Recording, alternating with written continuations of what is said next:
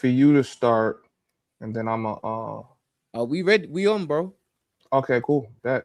All right, cool. All right, big up to everyone watching, man. It's King Riches, obviously, and I've got the bro here from the Homies Hub YouTube channel. I'd like him to introduce himself, and yeah, go ahead, bro. All right, so for those of you guys that don't know me, my name is Mosa from the Homies Hub. I'm Nigerian American. I've been living overseas for the past 2 years. Just got back to the Matrix a couple of days ago. I spent a lot of time in Colombia, a lot of time in Thailand, Asia in general. So, a couple things that we're gonna talk about today. All Shout right, out to cool, everybody cool. else. Oh, cool. I didn't realize you're Nigerian as well. Yeah, man. I I didn't felt even like your realize, bro. temperament changed a little bit about me once you realized I was Nigerian. You was like, oh, okay, all right, Nah, I was just surprised, bro. Like I was just like, raw, like, oh, okay. Because like obviously what like in recent times, there's a lot of like hostility going on between Black Americans or FBA and you know mm, foreign blacks, quote unquote. And so, mm, like, when you said that you was Nigerian, I was like, oh wow, okay, that was a surprise. Like, but I mean, it wouldn't have made much difference anyway, man. I mean, to the way I see it, if you're in a country like Colombia or wherever, you're in a foreign country where it's not predominantly black. I mean, mm. it's not going to really make much difference if you're a Black American, Nigerian. It ain't gonna, especially if you're an African or Caribbean and you have like a first world accent. Yeah, Do you get what I'm yeah, saying? So, yeah. so yeah, man. But yeah. So basically, I came across your channel because I like to watch videos where black guys are going to different countries and they're talking about their experiences with women, etc., etc. I find it to be really, really interesting. I'm a guy that I've always been able to get girls since I was like 13 years old. Do you get what I'm Mm, saying? So like when I hear other guys' experiences, I feel like it makes me more aware of what's going on outside of myself. Do you get what I'm saying? So like right. I make it a point to understand other people's experiences and then start to notice that there's a lot of patterns going in the world. You notice there's a lot of patterns, especially in certain environments. There's certain patterns, especially pertaining to black men or black people in general. So Mm, so yeah, I came across your chat, some of your videos, and you've been around, man. You've been doing a lot, bro.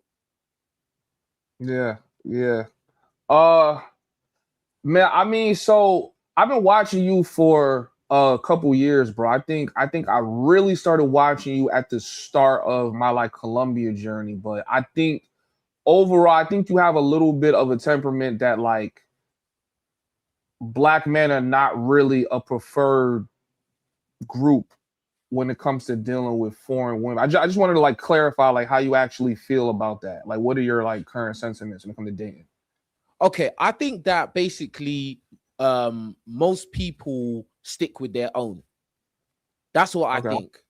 So with that being said, and a lot of the stereotypes and negative imagery that is put out there pertaining to black men, it would make sense that the majority of non-black women probably wouldn't make black men their first choice.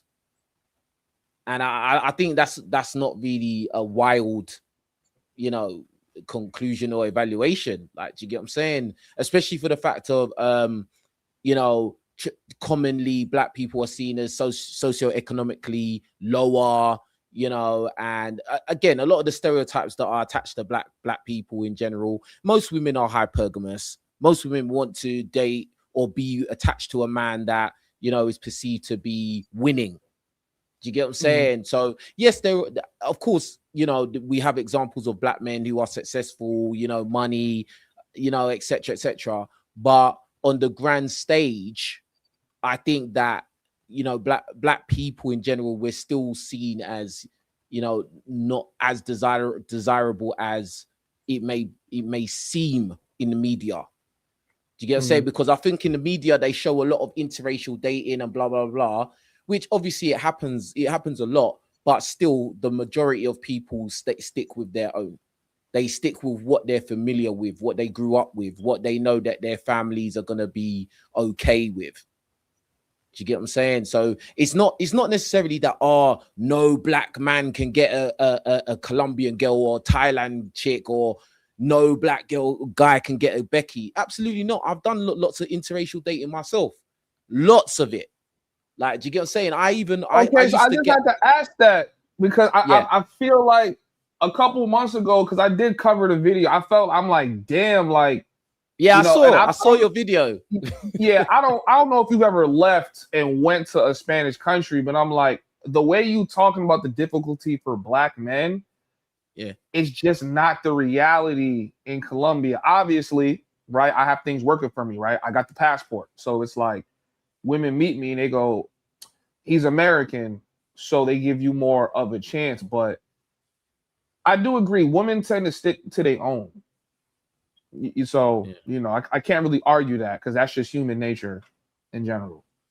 Yeah, it's just a familiarity thing. Like, you stick with, you feel safe with what you know. It's familiar to you. And again, like, people, a lot of times women in particular, they don't want to rock the boat. Do you get what I'm saying? So they ain't gonna really want to step out there knowing that probably their family is not really gonna be cool with it. Probably they might have close relatives that don't think favorably of black people, etc., etc. So, a lot of times these women, they'll just think, you know what, why am I gonna, go this extra yard to date a black guy when I could just date one of my own, or maybe a white guy? Because, a lot of times white guys do have an advantage in that respect. It just it is what it is. Like, do you get what I'm saying? But again, it's not to say that it's completely impossible. I would never say that. That's stupid, because again, I've had white girlfriends. You know what I mean? Like, I've done a lot. I've been messed with girls in other countries. Like, that's it. Like, but I haven't done South America though. I ain't done. So this is why you're here. So you got to set the record straight, bro. So like, let's jump into it, man. But actually, I got a bone to pick with you. I didn't like that thumbnail, man. I didn't like that thumbnail, bro. I was like, oh no. Now that AI got you down to the T. I'm like, this might be the first AI generation where it actually looked like the dude. I'm like, yo, that's crazy. But talk to me, man. Tell me how you feel. It wasn't the face. It wasn't the face. It was the hand in the face. The girl's hand in my face. I was like, what? Oh my god. But yeah, no, but go on.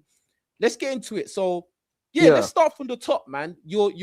How did you even start traveling? Like, what made you travel? Did you travel on your own?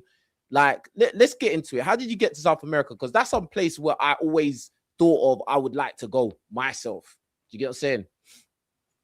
Yeah, so I mean, my first time out the country, I went to Canada.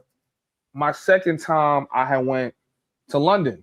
And when I had went to London, I met up with a Pakistani girl. She, hosted me at her crib. We had a good relationship. But it was something very similar to the conversation that we having now, right? She would never be able to be with me because she's from Pakistan, she's Muslim, I'm African, I'm Christian.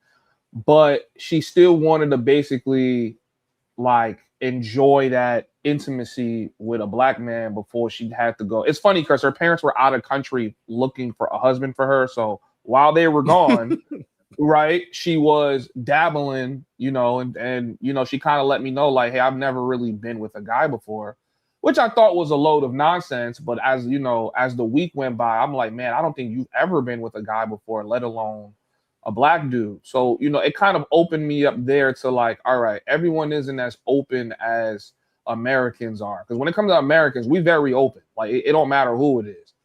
So hold on. So you telling me, yeah? And I just changed the angle. I just realized I could make it go closer. I'm so dumb. Yeah. This is clean. But so you mean to tell me you had this Indian chick, yeah? She hadn't messed with no guys, and you was the first. Damn. Yeah. She was definitely a virgin.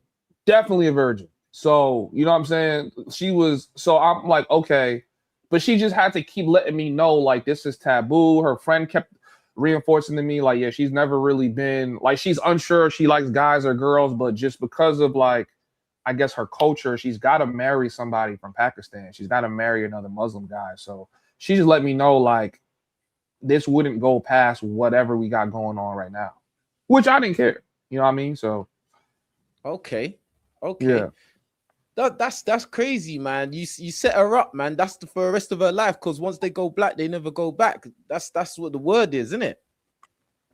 And see, that's why like we got to get into it. Like I know I got to break down the whole like Colombia thing, but I just feel like, do you acknowledge that women have dual mating strategies? And I think black men fall into a pretty interesting pocket. I think women enjoy us sexually, Yeah. but when it comes time for what they have to present to the world, I think that's the only time white men have an advantage. I think everywhere else, I don't think white men are winning in terms of dating internationally. I don't think so.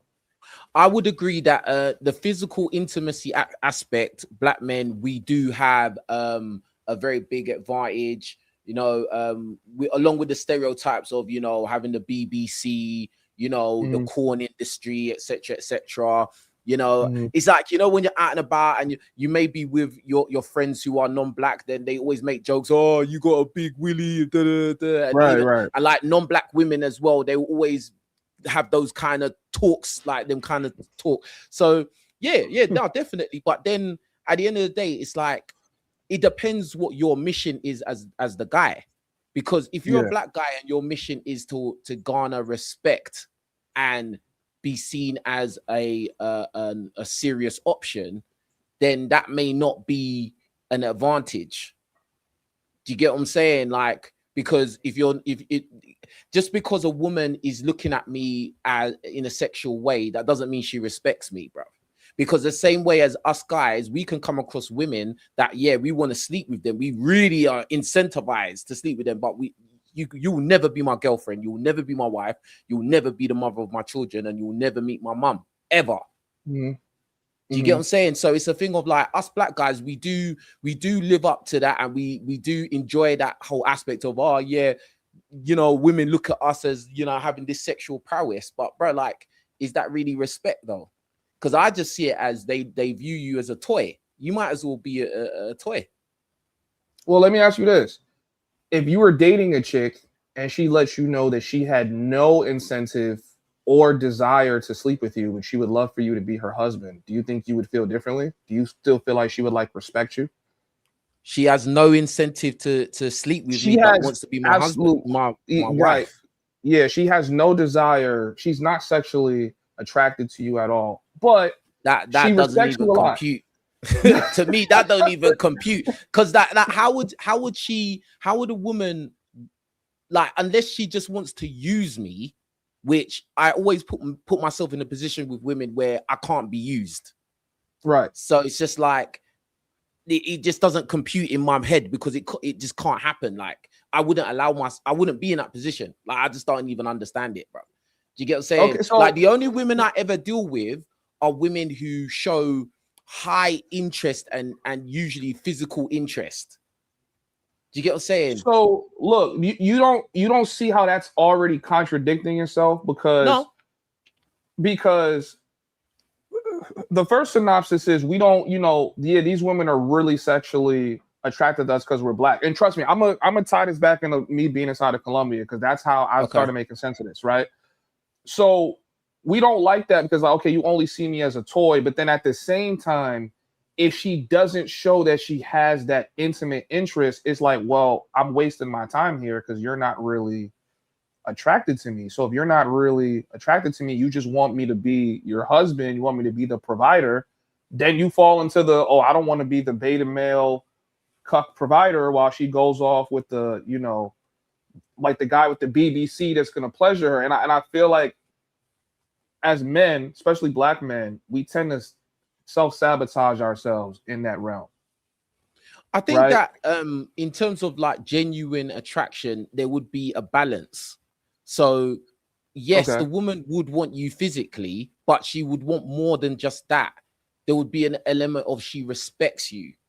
Do you get what I'm saying? Like, and that's outside of what's in your pants. Do you get what I'm saying? That because like, okay, like put it like this, yeah. If the woman, yeah, she likes sleeping with you, but she doesn't respect you, that's the type of woman that will cheat, bro. Because what if there's a situation where you can't sleep with her, you can't do the intimacy. Maybe you got injured or you're hurt or you're tired or blah blah. She'll be looking at you. Well, that's the only function you're here for, and you're not performing that. And I don't really care about you like that. Let me just go and find some other BBC to jump on. Do you get what I'm saying? Now, if there's balance where she actually respects you, yeah, she's gonna sleep with you, she's gonna fuck you, but she still has that loyalty, respect, admiration, all of them kind of factors in it going into that as well. And she actually cares about you as well. Do you get what I'm saying? So yeah, that's my take on that. So I want to tie that back into me going to Colombia, right? Yeah. So I'm gonna just cut to the chase. I had went to Colombia because I just felt like I wasn't getting the level of woman that I wanted for where I was at in my life. So I was working corrections. I was making like $80,000 a year. Plus I had a side business. So that was putting me just under 6 figures every year. And I felt like in the part where I was working, single, no kids, got my own crib, own car, I'm just not getting, like, I have women, right? I can go on these dating apps and I could do like whatever, but I'm just not getting the beauty standard that I feel like what I'm making should match, right? Now this is gonna sound backward because like, why would you go to a third world country? If you ever been I to understand Colombia, it 100%. But carry on. It's a total difference. I've been back in the States 5 days, and I'm like, wow, like the femininity you see in Latin America is just outrageous compared to what you're gonna see here. But as I was there, can I ask you some questions though before you hold that thought? Because I need to ask these vital questions, bro. Like, do you get what I'm saying? Yeah, let's get it. Because I know the road you're going down, bro. Like, okay. I know, I feel like I've known you for long. Like I know you, yeah. But listen, okay. I've got to ask these vital for the audience as well, yeah. Like, because I think this is a very common situation for a lot of guys, especially in America. Like, bro, I lived in America. I did the fight. Like, you probably have heard me say this before. I lived in America 5 years. I did college football. I was a college athlete. I did all of that. I've got family that lived there. And like, for my experience living there, messing with girls, having a girlfriend every single year I was there, different girlfriend. And like, bro, like the American dating market is savage. Like, if you're not a certain archetype of guy, you better have money. And if even with money, you're just getting used, you are going to get used. Like, so it's like the average man, especially the average black guy, you're playing a kind of a crazy game, bro. Like, so I'm going to ask you these questions. Yeah. So you said that, like, you know, you was working corrections, you was making X amount of money. Cool. Yeah. You had the stuff patterned. You had your stuff laid down. Yeah. Like, how tall are you? I'm 6 foot. Okay, you're 6 foot. Cool. So at that time when you was thinking about how your situation, you're not getting the level of looks that you wanted, was you in shape? No. I was. Would you say that was a big factor? That's a huge, bro. That's a huge one in my book. Let me ask you a question, because I've heard your commentary on my looks, bro. So just keep it a beat, keep it straight, right? Keep it a beat, keep it straight. That's why you did that thumbnail, bro. Do you think somebody who is as big as me is catching one night stands ever with women in Florida, Miami, Orlando? I think anything's possible. But do you think it's probable? Do I think it's something that, okay, are you going to be, if you're going to be an overweight black guy, yeah, and you're in Miami, bruh, it's probably your hard. chances, It's probably hard, right? Like, you're not going to get you in Miami, bro. Like, you're competing with Chads, Tyrones, and Chads and Tyrones with money, bro. Like, bro, your chances are low, or you're going to be smashing very low quality, the type of women you don't stay want, there. Bro. Like, stay there, because that's gonna bring me right back to Colombia. My mentality at this point in time was, I'm not watching these in shape bodybuilder head ass niggas getting these beautiful women. These women are looking at them like cornballs. I'm watching the women that are in shape, beautiful, look good, baddies, could work in the clubs. They're going for the fat dude with money. They're going for the fat dude that's sipping lean. They're always going to the dude that looks like he's going to trick it off. The in shape, handsome guy, women are intimidated by him. So he might get a girl here and there, but the number I'm running through is definitely more than him, because I got friends like that. I'm like, bro, you don't even know how to talk to women. So it's like you can be as buff and in shape as you want, but you look corny. Like the guy that looks like he's going to provide the good experience, the funny dude. These women at some point in time, when they look a certain way, she look better than everyone. Now, some women feel like they don't even want to be with a guy that doesn't look as good as them. But if you're just playing the dating and hookup culture route, these women are just going to really smash whoever they want. It doesn't matter how they look. You feel what I'm saying? I don't know a lot of buff and shape guys that run through girls. Like even some of the No, but I'm athletes. I'm not talking about like in terms of like being in shape. I just think being in shape it's just gonna give you an advantage. Just it on helps. initial looks. Like you like to act helps. like being in shape doesn't make any difference. I think that's nah. I don't, because you gotta think about it, yeah. There's guys that are okay. There's the fat guys that have got money and they look like they can provide lifestyle and all of that. Yeah, of course. I don't disagree with that.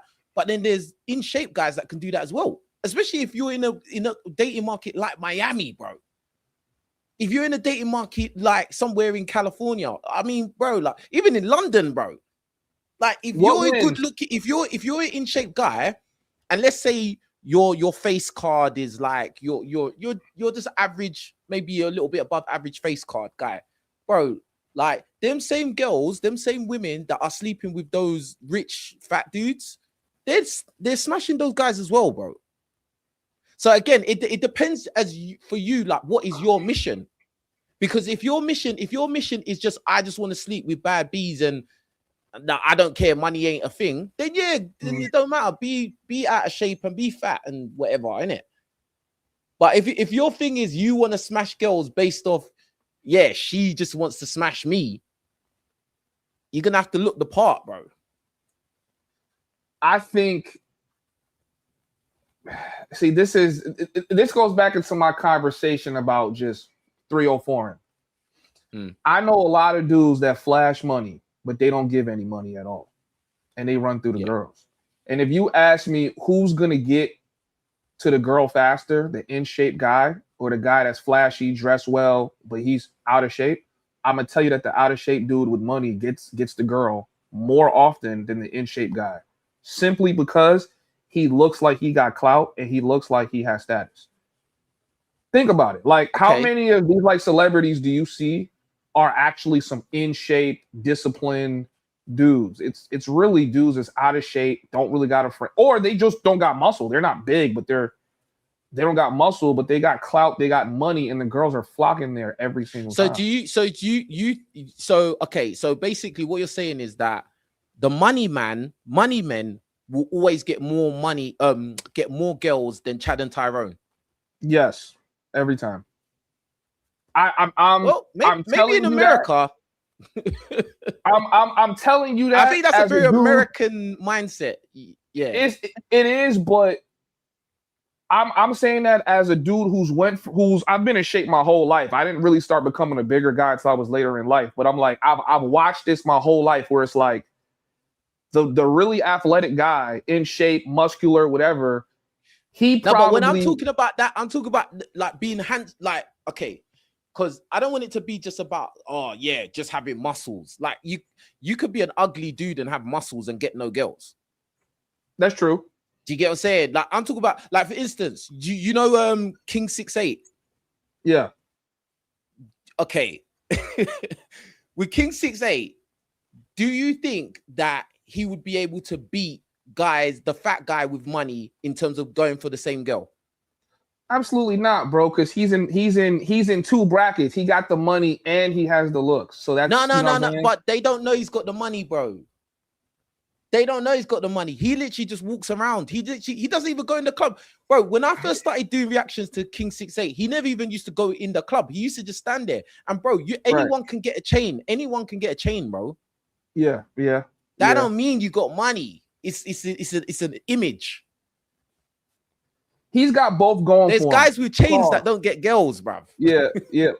Pause. He's got both going for him because he actually is a good looking dude and he's 6'8". So that, you know what I'm saying? Yeah, but that's what I'm saying. Say, okay, 6'8" is an extreme, but let's say he was 6 foot. Let's say he was 6 foot, bro. Yeah, he wouldn't stand out as much, but say aesthetically, he still looked the same way, like the same look, the same image. He may not get as many girls as he does now because he's in flipping extreme at 6'8". But bro, what do you think? Women, he wouldn't get no girls, like. No, he would get girls, but I'm saying he's gonna lose to the guy with clout and money every time. Oh yeah, well, clout, that's celebrity. Every time. Celebrities, that's a different.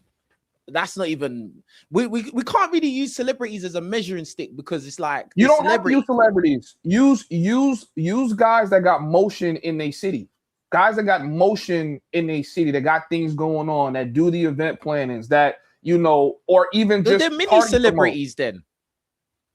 Yeah, but because they're known. Popularity is a big thing. Yeah, but that was the angle I had to play in Florida. So because I played that angle, it was easier for me to get the girls because obviously, like, I'm not some super handsome. I'm not ugly, but I'm not some super handsome dude. So you got to play to your strengths. If you could talk to a chick, you got a little bit of clout, you got a little bit of money, I'm gonna run through more girls than you every time. You can be as handsome as you want to be, but girls are gonna be intimidated. They're gonna be like, man, I don't know if that guy. Oh man, I'm not as pretty as bro. him. I don't know. I think looks matter a lot, bro.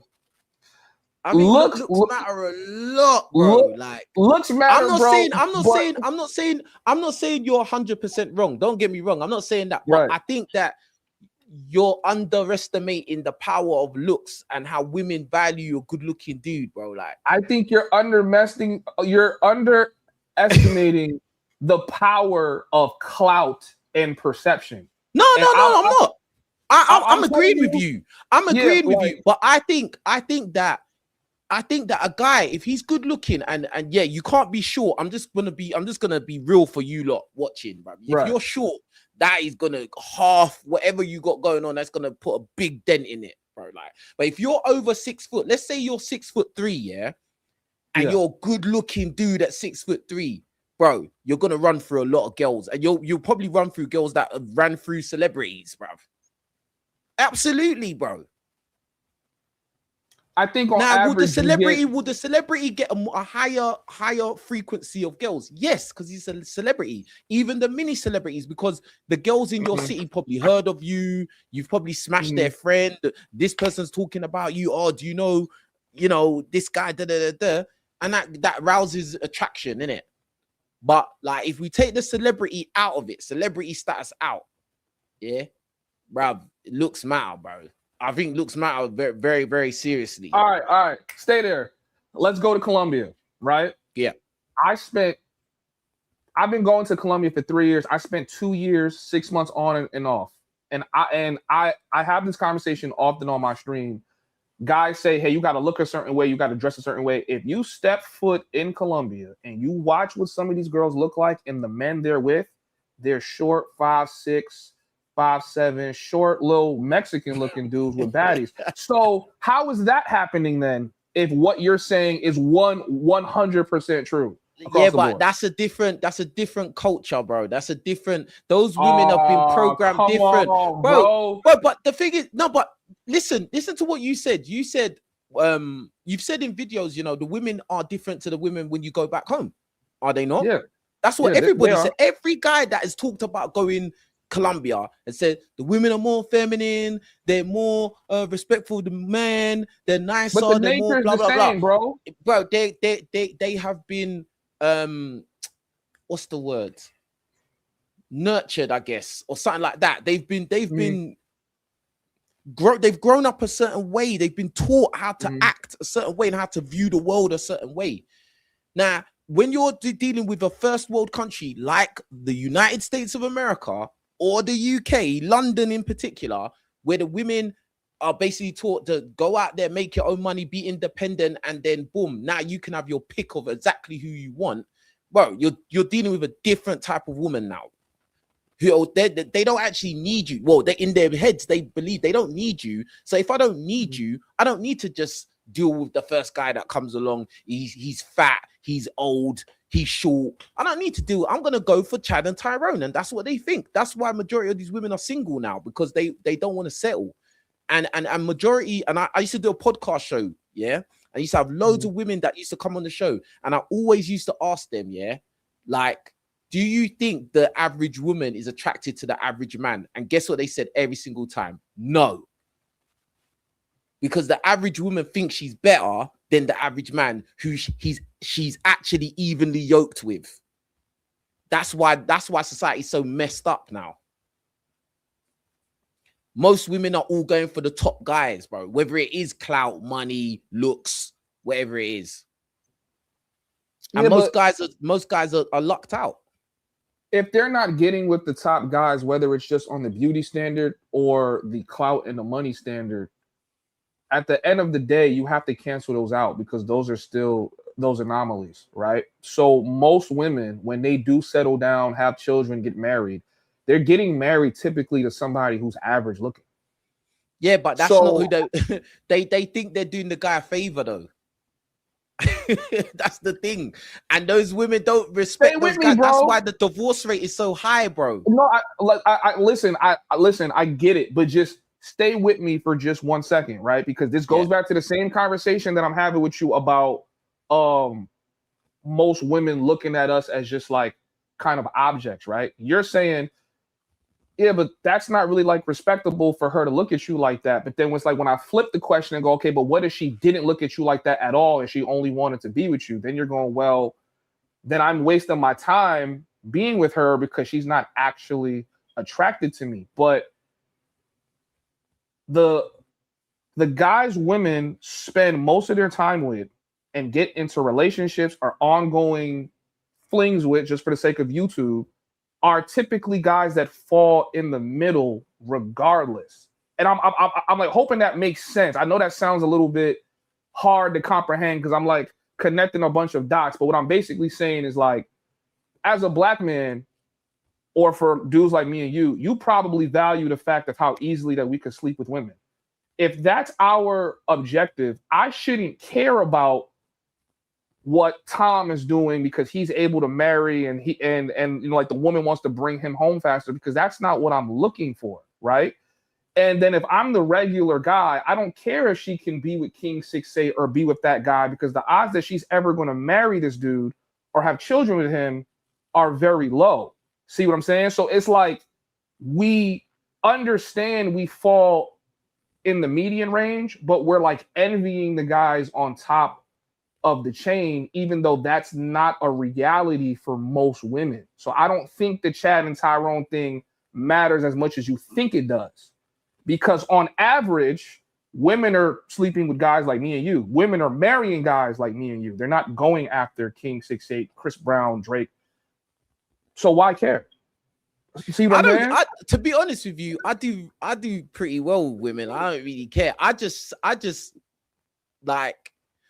like to express what I see, the patterns I see in society. And I like to react to what people say and what they say they want and what they're looking for and what they're not looking to put up with. And at the end of the day, it's just like women of the older, back in the day generations, they didn't have that they didn't have the mentality of the modern woman of today in first world countries. I feel like in countries like Colombia, etc., they have more of a traditional mindset. Even if the women are selling box or whatever, they still have a more traditional mindset than women who aren't selling box in first world countries, who basically they've got kind of an easy life. So now, because they've got an easy life and they make their own money, they're very picky, bro. And actually, when you look at how society is in first world countries, it's actually worse than it is in these so-called third world countries in terms of like you know, standard of living and like, you know, interactions with people and stuff like that. I think because even when you said that, when you see a lot of these women in Colombia and they're with short, fat, you know, dudes that like, you know, we would probably look at them like, bruh, like you could never take a girl from me and I could take your girl any day of the week. Like, but them guys in those countries, they on the whole, they're probably a lot happier than guys in our countries with more money. Oh, of course. Of course. They're way happier. Their women are more beautiful. There's not a single one of those guys that would come here and participate in the dating market here. It would never happen. Yeah, it's Never crazy. happened. But let's get into your experience. Like, so when the Yeah. first time you went Colombia, I wanna know, bro. Like, I wanna know everything. I'm gonna put on the screen the girls walking in the, you know, those walkthrough videos. The videos are always funny to me, but I gotta show it, bro. But yeah, but go on, bro. So, when I first got there, I just noticed off the rip that the women just smell a lot better than American women. Like walking past, like maybe it's just like Colombian women, but when you walk past these women smell incredible. Their hair is done up nice. They're just gorgeous, and a lot of them are in shape. I wouldn't say all of them are in shape, right? You know, some of them can be on like the heavier side, but there's like an elegance to all of them. There's a femininity to all of them. So when I got down there and I started talking to some of the women, naturally me, I'm a guy, if I like something, I'm just gonna go talk to her. So it could be a waitress, it could be a girl at the bar, a girl in the supermarket. And I just realized that a lot of those women, my first trip, a lot of those women, when they recognize that you're not from there, they're immediately looking at you like, okay, this guy got some money. So we gon', you know, get on that, right? So it's like, you know, you start trying to hang out with them, and then the conversation starts becoming, oh, I mean, we can go here. I mean, do you think you can help me with this? And then some girls will just straight up tell you, hey, if you want to see me tonight, you got to give me this. Westerners have gone to these countries and have bought their way into romance, right? Like that's just the reality that you're going to deal with. Now, I'm gonna tell you something. But let me ask you this though. Let me ask you this, bro. Like, if I went there, there, I'm like, I've lived this. As I said, I've lived a certain life in it. I've been very spoiled. Yeah, I've been or very lucky, fortunate. However, people want to look at it, for what angle? Yeah. If I went Colombia, are you telling me that I wouldn't be able to get some bad bees without having to pay? If you don't speak Spanish and you don't know the culture, it'll be very hard for you, bro. Oh, mad. So I think if you got to my point. So if I did Duolingo, yeah, and I did Rosetta Stone, yeah. Like what? So what? Are you telling me I couldn't get no girls there? Is that what you're saying? You can definitely get girls without paying, bro, but it's like getting women in Colombia organically is more difficult for an American or a guy from the UK than it would be if you just went to your local pub and just rizzed on something. And that's just the reality. I be telling dudes like, yo, it's easier to date. Maybe it's not as, you know, you don't like the women as much as you would like them inside of Colombia, but it's easier for you to date and do hookup culture in your home country than it is for you to go to Latin America, because their culture is just too different. Like, these women have men in their life that are from Colombia. They live in Colombia. They were born in Colombia, and they make them pay for their time. And you would never believe me. You say they make their own men pay as well? Yeah. Wow. In fact, the biggest purchasers of box in Latin America are other Latin American men. Period. And people don't even know that unless you live there. But hold on. Let me ask you this though, because obviously their money is lower than our money or your money as well. Yeah. So like, I'm sure they're not paying the premium. Like if a guy from Miami going to Colombia to mess around with baddies, he's gonna pay a higher premium than the local guy, innit? Yeah, of course. For sure, because that's just like, what would it be like 3x, 5x more? You're probably looking at 6 to 10x, bro. Woo! Yeah. Yeah. Wow. Yeah. Oh Yeah, my man. God, bro. 6 to 10x just because they can. I'm telling you, y'all love Latinas until you go to their home country and see how they really operate. It's like the longer you there, you start realizing, wow, this is a really different culture than where I'm from. You know what I'm saying? That's Like crazy. it's different. It's way different, especially like the tables turn when you start finding out that the local men are paying for it. You're like, wait, what? Hmm. Huh? Like, yeah, bro. The local men are paying for it more often than anybody else.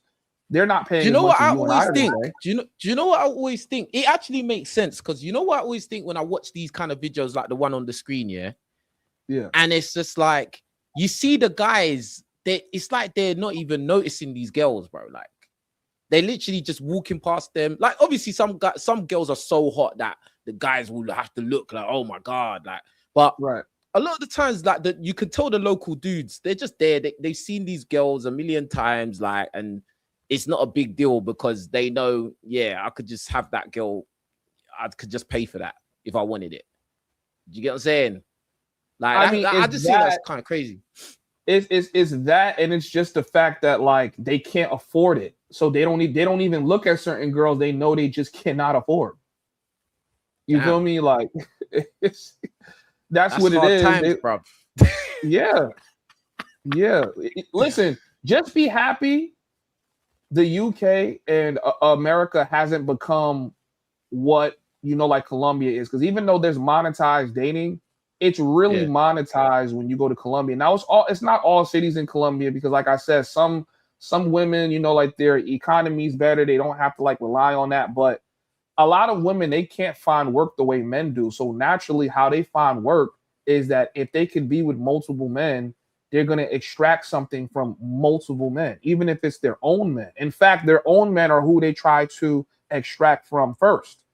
Then when the gringo comes, it's just like a lottery ticket. Like, oh snap, I can get 5 to 10x for doing the same thing that I do with my own local guy for dirt cheap, or sometimes a meal or a ride to the supermarket. They're always leveraging their sexuality, and you'll learn that they've been doing this since the beginning of time. Like they've just been leveraging their sexuality. You feel me? all right, So cool. I hear you. I hear you. All right, cool. So let me ask you this, yeah, like, because obviously we can see these girls on the screen. What would you say?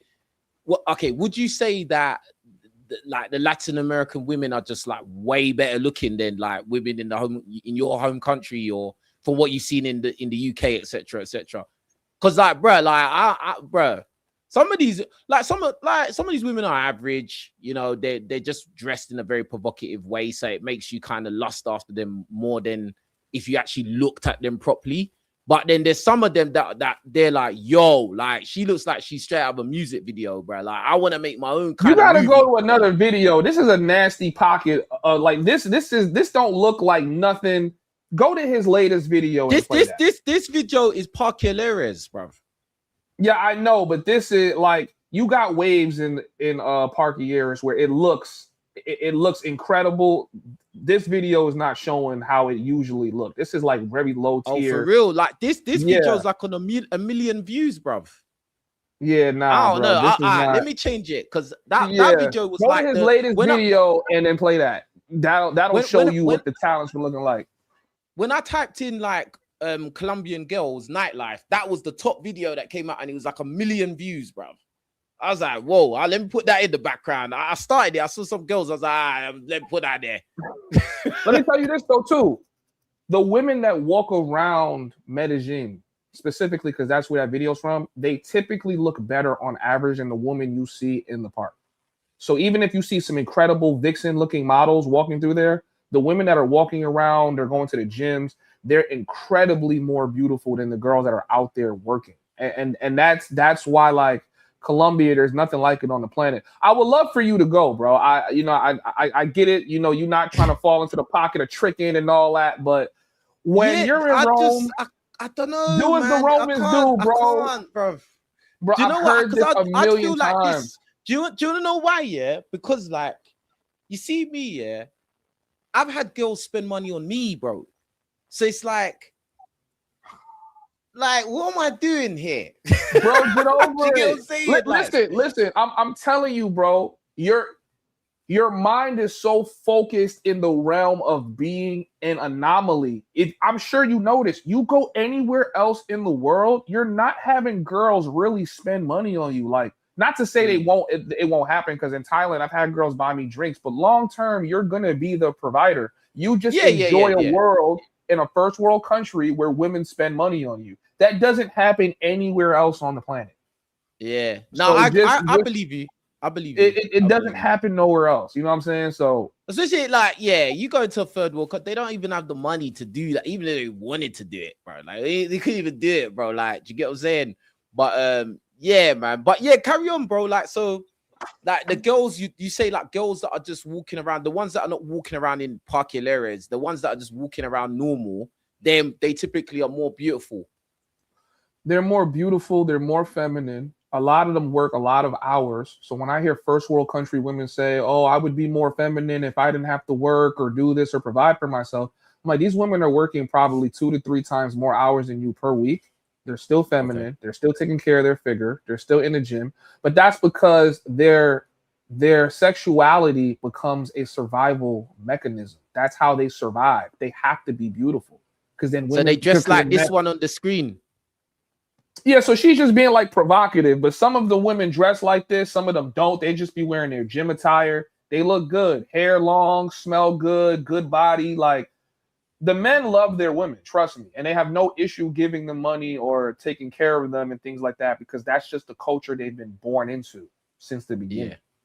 You know what Let I me mean? ask you this, because obviously I like to work out a lot, I box and stuff like that. So if I was going to the gym out there, what's gym like out there? I know I'm kind of derailing a little bit, detouring. That's fine. But if I was going working out, could I pick up girls? Could I do my whole little gym game stuff there, or that don't exist? So cold approaching is not typical in Colombia. I'm not saying you can't do it, but it would definitely be more difficult. You would have to really socialize, right? Like, socialize. Maybe you and her take turns on the machine, get to know her. But bro, your Spanish is going to need to be so fluent. She almost can't even tell. Yeah, Damn. bro, I'm telling you, that's a big hurdle people don't realize, especially inside of Latin. Like, when it comes to Latin America, you have to integrate into them. They're not gonna integrate or open a door for you unless you got money. You know what I'm saying? Like, that's just the way they are. It You makes feel me? sense, So, because like even being a guy that speaks English, if you're dealing with a girl that doesn't speak English very well, even if she's good looking, that can get really tedious at best. So for their point of view, it'd be the same thing. And especially if, they're looking at you as, oh, you're not even going to be here for very long. So, I don't really exactly. care like that. Hold on, bro. Question. Do you know who Marvin Goodley is? No. Trust fund baddie, dude. Trust fund baddie. Like, never heard of that? No. Okay.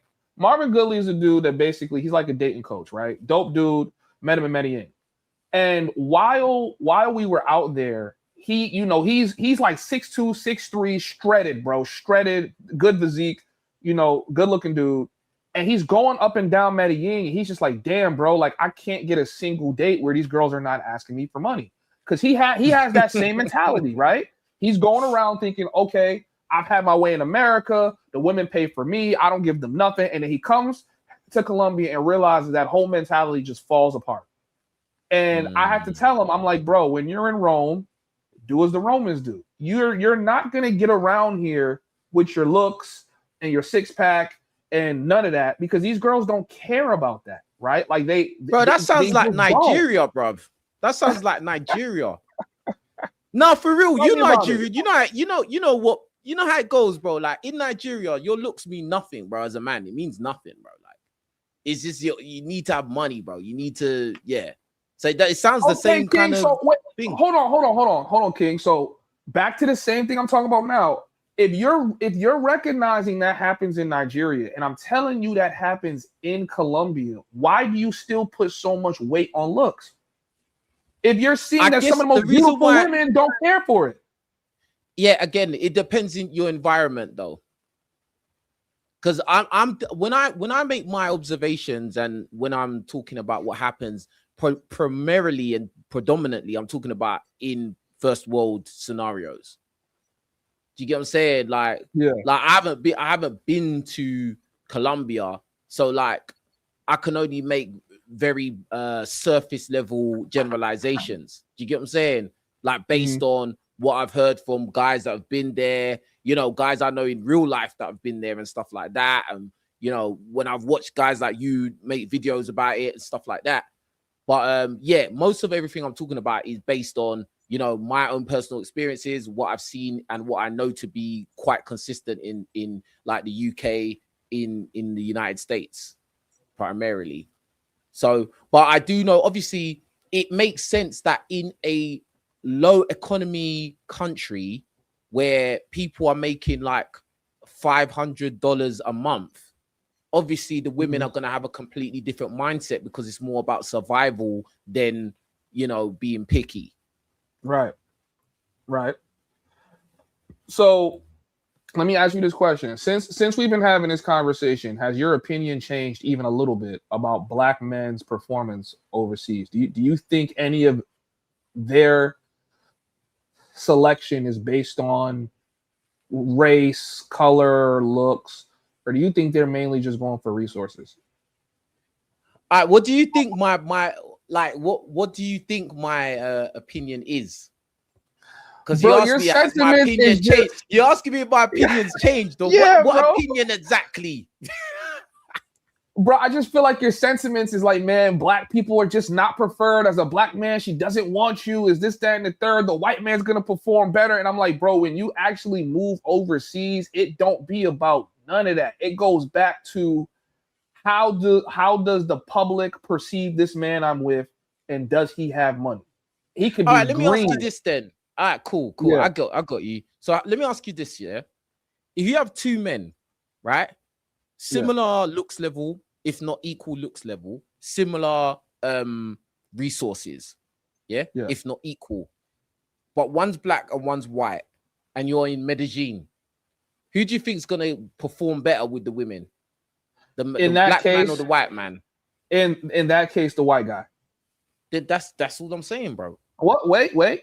If you move that to Cartagena, the Black guy. Why? Black man's gonna do better because they're closer to having African roots. Okay, that makes sense. But like that, do you think that represents the majority of the world? Absolutely. I think you think Cartagena represents the majority of the world. No. I'm talking about I'm talking about who's more similar and who's more familiar with your archetype, right? So right now we live in the era where Black men have just started really globalizing themselves. It's going to take 20, 30 years before even women in China are going to have a preference for Black men. They only have a preference for white men because that's who they've been more familiar with for the last couple hundred years. Once they become more acclimated to Black men, you're going to see that they're going to start choosing melanated brothers. Get what I'm saying? Like it's like all about that exposure. I think Black men really do perform better than what you think they do globally. I really do. I see it too. Based on what, bro? Based on what? I see it. That's based a really on, big statement that you put out there, and I don't really see what it's based on, bro. It is. I think just living there, bro.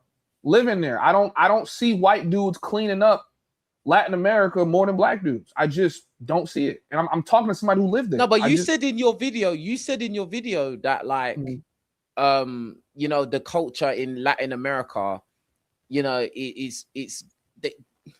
it's more leaning to white worship. Right now. Yes. Yeah, right now. But I can't talk about 20 years in the future. I'm going to talk about what's going on now.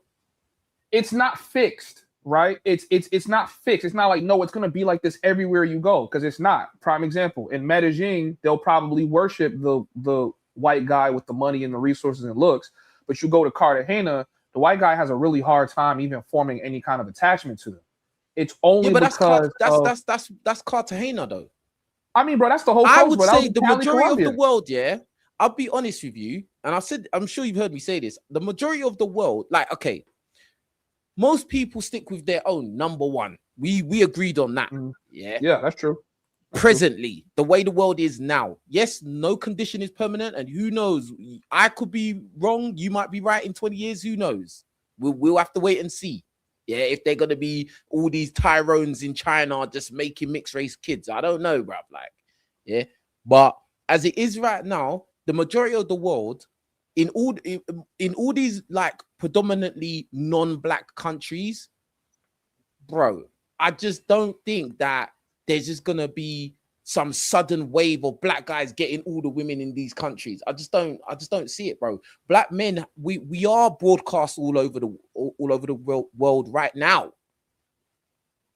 Yeah, but Where it takes the time. social media, the internet has made the world a very small place. Corn is everywhere. Corn is everywhere, bro. Bro, Like, give it. I'm telling you, give it 20, 30 years. You're gonna realize that you're gonna go to cultures that you would have never thought, and they're gonna start having a preference for black men. And I see that specifically in Thailand, Pattaya, Bangkok. Those Thai girls, the whole like descendants of some dynasty in China, have a preference for black men to the point that they are choosing to reproduce with black men. They're having babies. I think that's how you really settle if a woman is into you, is when she's having a baby that's going to look like you. And that's happening a lot in Southeast Asia. Do you class mixed race as black? Absolutely. Why? You don't? Mixed is mixed. It's biracial. Nah, I see it as black, man. But but bro. Why though? Why? Bro, because you can't, bro, you can't take what we are, bro. I'm 100% African. So even if I was to be with a Latina or an Asian, that child is gonna look more like me than she's gonna look like her. Facts. So yeah, of course. No, the child is gonna look mixed race, bro. But they're gonna be black, regardless. Like I hear you. Like this is, I've had this conversation so many times, bro. Like I hear what you're saying, but like it's not based on anything. You're just saying it. What do you mean? But they're black. Like, how do you? Okay, let me ask you this: Do you think if a child is born to a black man and a non-black woman, it's different to if it's a non-black man and a black woman? Do you think there's a difference there? In terms of the child being black, in terms of the child being black. No. So there's no difference. Okay, I just wanted to make sure I understand that. So you think that if a white person and a black person reproduce and have a child, the child is just black? Yes. That makes no sense, bro. Okay. You might see it differently because I'm basing it on biology, bro. What? Bro, I'm basing it on biology. J. Cole's not black? J. Cole's not black? Has he got a white parent, bro? He has a white mother. Yeah, his mother's then white. He's mixed race. He's biracial. Okay, so you don't consider biracial as black? No, it's biracial, bro. Hold on. One second, bro. Let me ask the chat, because we got a lot of people in here tonight. We got 165 in here. Listen, I lived in America. I know you lot all believe the one drop rule. I know that, bro. Like, but I just want to get your point of view. Do. But where does the one drop rule come from, though, bro? Like, where does it come from? Hold on, bro. Chat, is this like a UK thing where we look at race differently? Like, do you guys consider biracial people as like being black, or y'all don't consider them as being black? Biracial people are black in my book. If they would have put your ass in the back of that bus, you black. You black. You can't even get away from that. Now listen. I'm not saying that, if someone's biracial, they're excluded from any blackness whatsoever. I'm not saying that. But what I'm saying is, fundamentally, they are part black and they're part whatever else they are. Mhm. For you to completely disregard what that other part of their DNA makes no sense. Because No, that I don't is disregard a it. part of them. That's 50% of their DNA, bro, of their chromosomes. Yeah, true. Like, how do you just forget about that? Like, I don't understand. That's You weird. don't forget about it, but like you just have to acknowledge you're black, but you just might not be as 100% black as someone like me and you that comes straight from the roof, right? Like you That still makes black, no you sense, just not. bro. It makes no sense when you say it like Break that. that down for me, though. Like, Said. that's Think about what you just said. It didn't make yeah. no sense, bro. How? Tell You me just how. said, yeah, I'm not going to forget about the other side of them, but they're just black. What do you mean? You've acknowledged that they're not. You even said they're not 100% black. So you've acknowledged, and I'm not even talking about a quarter. I'm not talking about a quarter because if let's say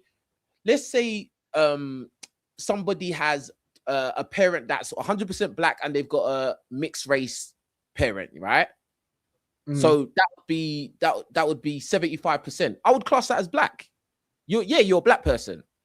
You get what I'm saying? Okay. You have some admixture in there, but you're predominantly a black person. But if you're 50 and 50, you're biracial, bro. Like, Yeah, but you can't circle biracial on a census. You're gonna circle black, white, Hispanic. it don't You're matter not about a gonna. census.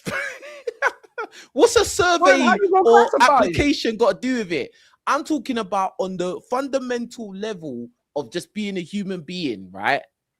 Like, Okay, you're saying, okay, biologically, yeah, are you? bro, you can't just you just can't forget about the other side. You can't, bro. It doesn't make sense. That's like saying, oh yeah, a black man and a white woman, they're gonna have a kid, and then they're all living in the house, but the kid only listens to the dad because he's black. That's that same mentality. That's basically the logic you're using. Like, I'm just going to listen to the dad that's black because he's black. Even though your mum pushed you. Think about how deep that is. Your mum, the mum is white and pushed the baby out into the world, but that baby said, I'm black. That's crazy. I think the That's reason crazy. I see it that way, and I think the reason other people see it that way, is because the black people have the dominant gene.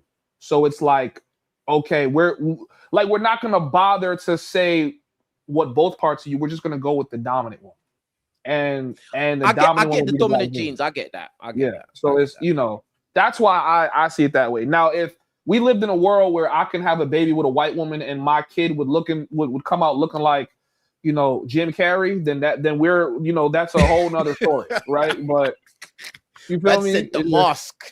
Right, hey, right. That's crazy. But right. but do you know why? Do you know why I say these things? Yeah. And again, like I got mixed race, my immediate family, mixed race in my immediate family, yeah. Like, they're my blood. But at the same time, bro, I can call a spade a spade. Like, do you get what I'm saying? Like, if you got two parents and they're two ethnic groups, why am I just gonna disregard one of them and say, oh yeah, you're black now? Like, I think that's kind of weird. Like, I think it's kind of disrespectful. Because think about this: what if you was the white parent? Mm-hmm. Think about it. What if you was let's say the world was flipped round, yeah? Mm-hmm. And let's say you want to reproduce with a Latino woman, yeah? And the world was reversed. So now the Latina genes was the dominant genes, yeah? Right. And the one drop rule was given to Latina people, yeah? And then you go and have a kid with some woman, and then they're like, oh yeah, the kid's Latina. Why? And then you're like, why is the kid Latino? I'm black. I'm the kid's parent as well. And they're like, nah, man, the kid's Latino. You're gonna be like, what are you talking about? I'm here. I exist. I'm here. If that kid wouldn't be here if it wasn't for me. I supplied 50% of the work in there. What do you mean? How can you just forget about that? Your side don't matter. and that kid's gonna walk around completely just forgetting your DNA. I don't like the sound of that. Bro, Wait, hold on, bro. Why are you talking like this as an African man, bro? What's African got to do with it? Bro, you're the prototype. You're the mold. Everything comes from you. So when you mix with someone else, it's going back to the source. That's all it is. Like, not necessarily. If we lived in a bro, world, do you know why? Do you know why, bro? Because well, let me talk from UK, London, yeah. Boom. Okay. A lot of mixed race people. Okay, a lot of times when black guys, because it happens predominantly black men dating out, yeah, they will go and reproduce and have a mixed race child. What typically happens a lot of the time is those mixed race children will go and reproduce with more white people. That's true. That happens a lot, bro. That's true. I agree with that. Especially the boys. Mm-hmm. Especially the mixed race guys. They go and get with other white girls. So those kids that are produced from that mixed race guy and the white girl, is that kid black, bro? And remember, we got dominant genes, remember? I get your point. Oh, okay. So what? Are you like anti-mixed race? Like, do you prefer to be with a black woman? No, I'm not anti nothing. I just call a spade a spade. If you're mixed, you're mixed. That's it. Okay, so then what would you do when it's time for you to reproduce and start your legacy? Are you looking for a black woman, or are you just looking for any woman that's going to follow your program? To be honest with you, like back in the day, okay, I went through different phases as I've grown up. Yeah, first thing I used to think, only black. Yeah, then I started experiencing more other girls and more other women out there in the world. Then I was just kind of like, whatever comes. I'm not really gonna just like kind of limit myself. And then now with the way I've kind of matured and, you know, the conversations I've had with guys that I've gone and had kids with women outside their race and stuff like that, and the realities that they've had to accept, like I would only want to reproduce with a woman who was either black or mixed race. Why do you make that exception for the mixed black woman though? Because they're 50% black, and if I have a child with them, that child would be predominantly a black child. Okay. Just as I said before, remember what I said about if you have a black parent and a mixed race parent, the child still comes out black because that's most of their DNA. Yeah. Because you know why? Do you know why I think like that? Yeah. Because I think that I want my child, yeah, to look at me and see themselves in me. I don't want them to have confusion. Do you get what I'm saying? Like, now, I'm not saying that all mixed race people are confused and but this is just my mentality of what I want to do for my life and my legacy. I want my children to look at me and see themselves in me. Do you get what I'm saying? That he or she can relate because I've walked in their shoes, or they're gonna walk in my shoes. That they can come to me and feel like whatever I'm going through, he knows exactly what it is. Do you get what I'm saying? I don't know what it's like to be a mixed race person. I don't know. I don't know what it's like to be a white person. I don't know what it's like to be anything other than being a black male. I don't know, bro. Or a black person at the very least. I don't know what else it is. I can have a good idea because at the end of the day, think about it, yeah? Like the mixed race. All right, let me ask you this furthermore. Do you think that the black experience and the experience of a mixed race person is the same? No. There you go. And that's it. That's the answer, bro.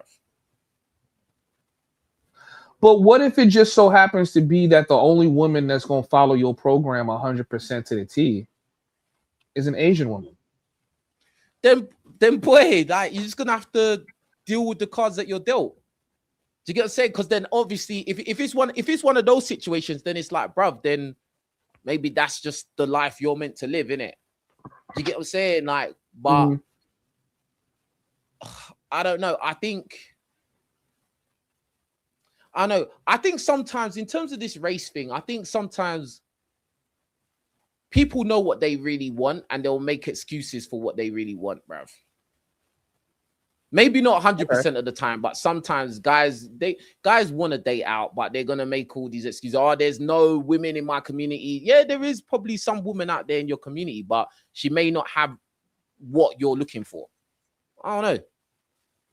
So then tell me, like, what do you do now? Like when you're dating now, I don't know if you date, but you know, like when you're Oh dating yeah. now, are you looking for a particular type of woman, or are you kind of just open to whoever's attractive? I basically it depends on your mission. Do you get what I'm Mhm, saying? So if my mhm, mission is I want a girl that I'm gonna stick with and that's it, then probably I'm looking at black or mixed race, which is not very difficult to find for me anyway. It's not. I don't mhm. really find that difficult to find. If Mhm. it's a situation of like I'm just dating casual, then you know it doesn't matter, does it? Because it's casual. Well, It's not a it serious it thing. it it matters because if you're going to be sleeping with her, right, you're increasing the chance that you're going to Yeah, it's a have. risk. Yeah, yeah. But I don't. Right. Again, like I like at this stage, like it's not like oh, getting girls is some mad new experience. It's not new to me, bro. Like, I'm not even that. I don't really care that much anymore. Because Mhm. the amount of headache you go through dealing with a lot of girls, bro, like even having a girlfriend is just it's a headache, bro. Like, so at least, bruh, I don't know, bruh. It's all a headache. Girls are a headache, bro. Yeah, I mean, women are definitely a headache for me. I've opted out of dating in the U.S. not because I can't, but because I feel like it's a game. I just think Mm, at this point, and I don't know how old you are, but I'm 30. So mm, if I'm gonna deal with a girl, we have to be going right into courtship. It needs to be conversation about building a life together so that she understands that I'm on a program. When you play the game of dating and court and trying to court her by taking her out on dates and trying to impress her, you're playing a game that works to her ego and her benefit. And 9 times out of 10, the guy that's going to actually get her pregnant is the guy that's just sleeping with her. He's not doing any of yeah, that dating nonsense at all. Right. And I think that's how most kids are being made nowadays. People aren't sitting there like, all right, yeah, I'm going to have a baby with you. I'm going to plan it with you. They end up having children with whoever they're actively sleeping with. yeah. No, So I that's agree. why, Because yeah. the thing is like, and I feel like a lot of guys, yeah, especially us black guys, we need to have this conversation a lot, yeah, because we always Mhm. talk about us getting girls, smashing, sleeping around, yeah, cool, like, but the reality is, yeah, you sleep with a woman enough times, you will get her pregnant, bro. You will, unless you're firing blanks. You will, because even if True. you're doing it protected, there's gonna be times where you do it unprotected. 100%. There will Mhm. be. What about all Mhm. those early in the morning when you both wake up and you're hard as shit, and she just gets on top of it, bro? Who's reaching for a rubber? Nobody, no real guy is fumbling in the jeans looking. Nobody's doing that, bro. Bro, you just want to go deep inside and that's it, bro. Like, and that's it. She gets on top, bro. You forgot all about the risks. You forgot. Yeah, or you get home, you went out on a night out. Yeah, you come back with her. You know, maybe I don't drink in it, but maybe she had a drink. Maybe you're just in a good mood. Yeah. Then like, oh, you're dancing in the front room, and then you know, start kissing her. Who's got time to look for? Oh, hold on, hold that thought, baby. Let me go and get the Magnum. Wait, hold That's a on. joke. So Guys you know what don't that do that, means? You probably shouldn't be knocking down anything if she's not black or mixed black race. bro. To be honest, the last women I've been messing with and actually in relationship with, they've all been mixed race and mixed race Nigerian. Actually, Oh, interesting. Okay. I take it Wait, even mixed with what? deeper. White? Mixed with what? White? Yeah, white and Nigerian. Oh, hmm. That's I've even never seen that closer, before. bruv. That's even closer. Yeah. I Mixed know what race I'm with doing, white bruh. I know Nigerian. what I'm doing. What? Like you trying to correct the gene pool or something? Like that? What you trying to do? Nah. I'm not correct. I'm not. correct whose genes? I'm just doing Well, me, listen, bro. all I'm saying is based on how you was talking, it's like, listen, we need to be black here, right? Like we need to be. So that's what No, I'm I don't hearing. even But I'm think like, like that, bro. I just think I just want to reproduce a woman that I find attractive. I want to be the woman I find attractive in it. Do you get what I'm okay, saying? So if she's mixed with Nigerian, like okay, if she's either black, she could be Caribbean, she could be Nigerian, she could be Ghana, she could be African American, she could be wherever. Yeah. If she's mixed race, it's not about correcting anything, bro. It's just, do I find her attractive? Do we like each other? Do I see her to have mother qualities in her, like, you know, to be a mother of my children qualities? Is she a good person? Is she reliable? Blah, blah, blah. Or, you know, the list of things that guys, is she loyal? You know, the things we look for. If she ticks those boxes, why not, bro? So then what's your stance currently then in terms of just like what's your stance currently in terms of just like how you're moving, right? Are you kind of on like the fresh and fit wave where they just feel like they're gonna spin enough plates until they, you know, get a woman that's completely submissive? Or are you on the type of time where you're only really engaging with women if you're gonna be like married and settle down? Because you know, right now the whole thing for most men is they just want to sleep with as much women as possible, right? So their whole thing is getting access to as much women as possible. Or is your thing like, no, are we choosing women that we're gonna be with, settle down with, make a family? Like, what's your stance on it currently? I think when you're a guy that you have actually slept with a lot of women, you get to the point where it's like this novelty is kind of dead. And I think that's where I'm at now, because again, this is why I'm saying that like girls they're a headache, bro. They are a headache. You're dealing with a white girl, black girl, mixed race girl, Eastern European girl, a girl that's in your country, a girl that's from outside. They're always gonna bring you headache, bro. Like, so the best thing is, a lot of the times, the best thing is just to stay by yourself, bro. Like, if you want an easy life, bro, like, and you know you're not ready for the responsibility of family or blah blah blah, or you're not sure, or you're just messing around with fast girls, easy girls, and stuff like that. The best thing is probably to keep your willy in your pants, bro. Because the other aspect as well is why I'm kind of more reserved now, is that, you know, I don't know if you know, but in recent times, a lot of black guys have been getting in trouble, and it's been women that have put them in trouble, bro. Like in terms of the law. Yeah, I know that. I know that, and that's another big reason I spent a lot of time out of the country, because when you go to, prime example, a place like Colombia, again, put on child support, allegations, whatever it is, it just does not exist over there, bro. It does not exist over there at all. Like, you're not gonna get caught. I think if a girl was to put you on child support and she was to manage to actually get you on child support, you're paying like $100 a month. No matter how much money you make, $100, you know. They have determined it costs $100 to take care of a child every month, and they don't go higher than that. You know what I mean? Wow. So even now, being a lustful man in the Matrix is probably one of the worst things you could do for yourself. Absolutely. You know, totally agree.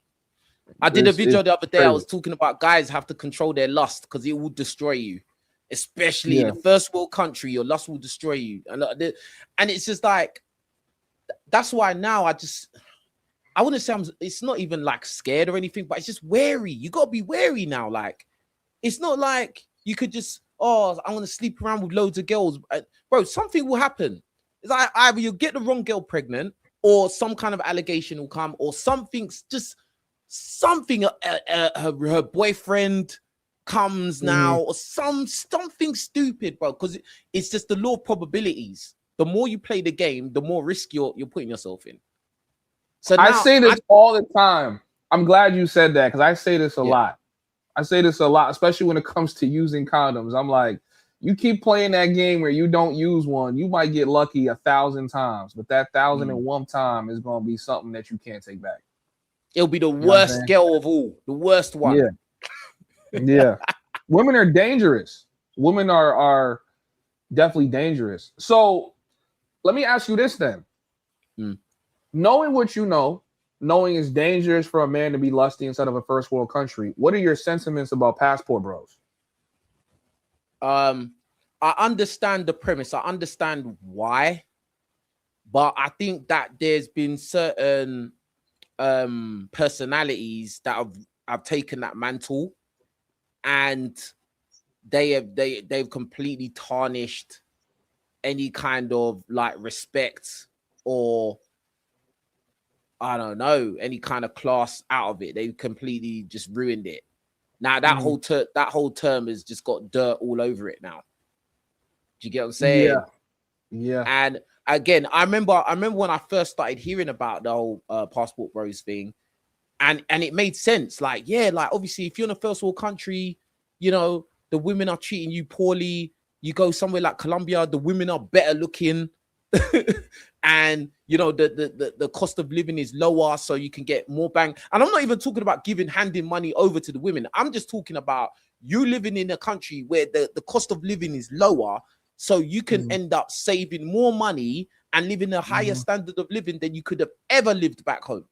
Bro, that is an attractive situation, bro. And the women are better looking, and the women are more feminine, and they're just in general nicer people. Why wouldn't any man want to go there? That it makes perfect sense. But again, the problem is there's been like people that have gone out there in the world and they've used the title passport bros and they've done some unsavory things, and now the whole thing has just been ruined. You get what I'm saying? Like I would never put that. I would never attach myself to that thing ever in life. You get what I'm saying? Definitely agree with that. Yeah. It's I think the core of it is a good idea, and it still works. Like I said, I just came back from overseas. Now, some people will say I'm not a passport bro because I've actually lived in these countries. They try to change the terminology. It's the guy that only goes there for the weekend, or he's there for a short time, or it's the guy that goes there to find a wife. But overall, you're going to a different country to kind of just reap the benefits socially and financially from living in another country. But let me ask you this too. Have you heard of or are you aware of passport sisters? That's a joke. Talk to me. Let me tell your thoughts. What do you think? It don't make sense. It's that's cope. That's women coping, bro. Like it doesn't compute, bro. Like how you gonna be a passport sis? So what are you gonna do? Go to another country and just smart yourself out? It don't make sense. It's stupid. And then you're gonna go to a country with a lower GDP. You're gonna go there where the men make way less money than you, and then go and sleep with all those guys. What are you gonna do? Take care of them? Why didn't you just do? You could have done that back home. Stupid. It's ridiculous. It's just another example of women trying to do what men do. Oh, we could do everything you can. No, you can't. Yeah. All right? No, you can't. Yeah. That's a joke. I big up to Daniel for the super chat. He says, all facts, King. I'm glad I have the freedom I have now, especially when I'm focusing on my PT business and my acting career. So much relief. Imagine doing all that and then your girls bringing headache at the same time. Mad. I just think that men need times where we're just like not focused on women and focused on what we need to do. Do you get what I'm saying? And then, you know, you got to understand what is your mission. If you're trying to find someone to settle down with, then you go into all these mad clubs and that. You're not gonna find your wife there. No, bro. It's not gonna. Or you're going to Parque Leres. I don't know if you're gonna find your wife there, bro. Like, I don't know. You told me, bro. What? Can you find your wifey at Parque Leres walking around? I don't think dresses. I don't think any guy from America is going to find their wife. I'm not saying it's impossible. You can, but it's going to be very improbable you find your wife in Colombia because their culture is too different. And when you understand that they're very transactional, that throws a lot of dudes off because they come overseas looking for something organic and they realize like, man, like it's like, yeah, because you've lived in an anomaly your whole life. You lived in a world where women actually like you for you and don't need you for your money, right? So it's like when you go outside of that and you find that most women want you for your money, how are you gonna, unless you just change your whole way of thinking? So if that's the case, yeah, it sounds like it could be worse then, in a sense. Because think about what you just said. Absolutely. So you're saying that, like, if you're a guy and you go out to go and meet women in Colombia or one of these other countries, you're actually putting yourself in a worse situation than if you stayed home. Most men are putting themselves in a worse kind of situation because what your life will be overseas is just endless smashing, which sounds like heaven for most men, right? I get to smash as much different variations as possible. But for me, it's like, man, if I want to find a wife from one of these women, they have to stop looking at me as an American. Like, they have to see me as being one of them, or they're going to keep looking at me like an ATM. And the only way that's going to happen is if my Spanish is on point. I'm really embedded into the culture. I done built a social circle. And even after that, when she stops looking at me like an immediate money grab, you're still going to have to provide for her, because at some point she's going to realize that you got it and she don't. And it just comes down to women set an expectation on men based on whether they think he can do it or not. If she thinks you can provide for her, guess what she's going to do when she gets sick? She's just not going to go to work. Like, I'm not going to work because you're a man and you got it. So why would I go to work? And it's like, as an American dude, you're not used to that. You're used to women that's going to go to work. She's going to come home. She's going to contribute to the bills. So it's like, do you really want these traditional women you claim you want? And that's all I've ever been saying on this channel. I'm like, a lot of people are selling you dreams, right? I think if you're going to find a wife, it's going to be in the first world country you're in. If you're looking for a woman that's just going to be submissive and do whatever you say, well, yeah, sure. You can go to those countries, but just know that y'all dynamic is going to be very different, especially if you only go in a park of years. It's like, come on, bro. You're not going to find it. You know what I mean? I'm going to put that thing on the screen. I'm going to put that thing on the screen again. Hold on, man. So yeah, man. I mean, like, so tell me how it goes. Like, when you go to Colombia, yeah, like, we know, damn, that girl had some mad jugs, but listen, yeah, like, hey, let me say this as well, yeah. I'm a kind of guy, yeah. I'm a black guy, yeah, 100%. But I like a nice rack, bro. And that, a lot of black guys, they just care about the backside. I get it. I like a nice backside as well, but I like a nice rack as well, bro. Like, I'm a greedy guy, bro. I'm a greedy guy, bro. Yeah. But so how does it run when you get down there? You know, these women, they all want money, blah blah blah. So how do you meet women there when you're there, man? Tell me how it goes. And before you say that, a big up to Daniel for the super chat. He says, as I've said before in the past, dealing with women is like walking on a minefield. Chaos can erupt at any moment. Big up to Daniel, but go on, bro. So, I mean, it really depends on what it is you want. Like, when I came overseas, I wasn't looking for a wife, right? I just wanted more access to women that I was sexually attracted to, and it was just easy. So I've done both, right? I'm not opposed to it. I've done the pay for play, and I've done the rizzing where there wasn't a money transaction. And I find that women, when they have their basic needs met, they do actually just enjoy just, being with you, just to hook up, even if they're poor. They don't need the money every time. Your job is to talk to the woman and try to convince her as much as possible that you don't have the money that she's seeking. That's really it.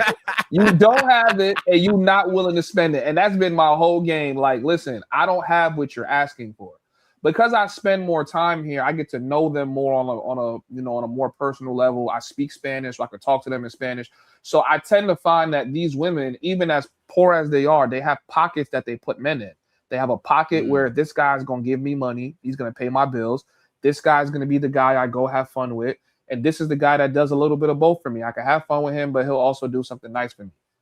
You want to be in the pocket where you're not the trick, right? Like, you got to try your best. It's hard. It's really difficult. It's not easy to do, but it's possible, right? And then some girls, it's going to be like, man, this girl look too damn good. I'm just going to give her what she wants. You know what I'm saying? And I don't care how much you say, no, I don't pay for it. That's not my vibe. One of these girls going to get you to give her some money, bro. They are experts. Do you know what? My mate, one of my friends, he went, he didn't even go Colombia. I think he went Brazil. Yeah. Yeah. And he just said he went for like 2 weeks, and he just said, yeah, every night I slept with a different woman every single night, and I paid. And I was like, rah, because he's a guy, he's like me, bro. He's like, here, I'll never pay. Yeah, no simping. No, never. Bro, he went Brazil, he was paying, bro. Like but he was like, bro, I'm not gonna lie. Like he slept with women that the quality level, like looks level of women that he slept with, like he'd never had that before in his life. So that's why he was just on some different vibe. When he was out there, he said, I wasn't thinking like how I think when I'm at home, bro. Like I was on some other shit. Yeah. And I'm telling you, King Riches, when you're in Rome, you're gonna do as the Romans do, bro. I don't care how much you think you're not. I ain't going. I don't care how much you think you're not. You gonna be down there. You're gonna be like, God damn! Like, how can you even look that good? Like, and then especially man, my baby need milk. My grandma got hit by a bus. You're gonna be like, all right, man. What's a little $50? You know what I'm saying? All right, here, I'll give it to you. You feel me? Oh, I nearly forgot, bro. I got to ask you. So the whole scopolamine. Yeah. Tell me about it, man. What's going on? Why these guys? Because I've done reaction videos. These guys, they've gone there, they get drugged, robbed, stripped naked, everything. Like lose 20K one night. Like, what's going on? Let's chat about it, man. Why are these guys getting done? How come they get messed up and you don't? What's the difference? So for me, I have a security background, bro. Remember, I'm coming out of like corrections, so I'm used to observing people, watching them, their actions, looking at what they're doing.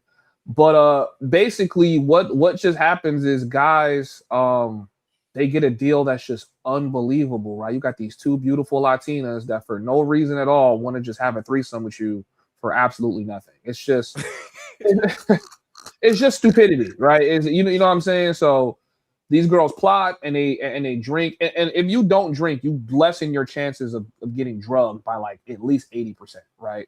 And it's like, they're just finding a moment, because instead of you giving them $50, $100, they could get you for your MacBook, your iPad, your phone, your wallet, your keys, your credit card.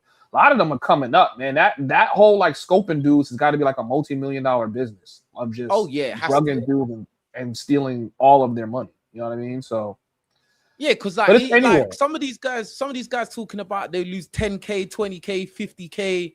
Yeah, bro. And that's dollars in America, bro. In Colombia. You're rich. Yeah. You're rich, bro. There's an operation behind it though, right? It's not girls freelancing. It's guys behind the scenes. There's some abuela in some barrio somewhere cooking the drug up, selling it. Like, it's a whole operation. It's really a miniature economy. You gonna realize just how corrupt it is inside of Colombia when you understand that it's still persisting. Like, they haven't shut down that whole thing yet. It's because people making money from it. People touching money from it. So, absolutely, bro. Like, that's crazy, bro. Yeah, that is so crazy. Them stories, and like some of these guys, they don't wake up. Some of these guys, they get scoped and then they don't wake up. Like, that's crazy, bro. That's man. Some dudes were jumping off their balcony. Actually, that was happening last year. A couple dudes, at least 3 or 4 cases of dudes being talked into jumping off their balcony.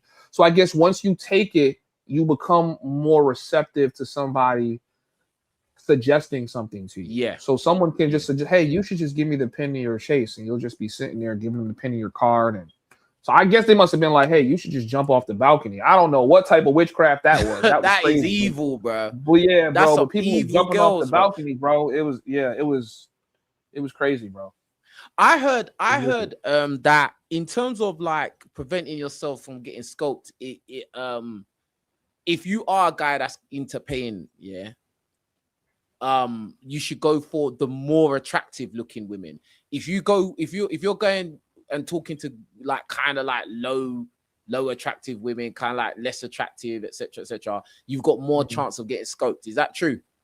Yeah, because the woman that she look good, she's gonna make that money regardless, so she doesn't need to resort to those types of things.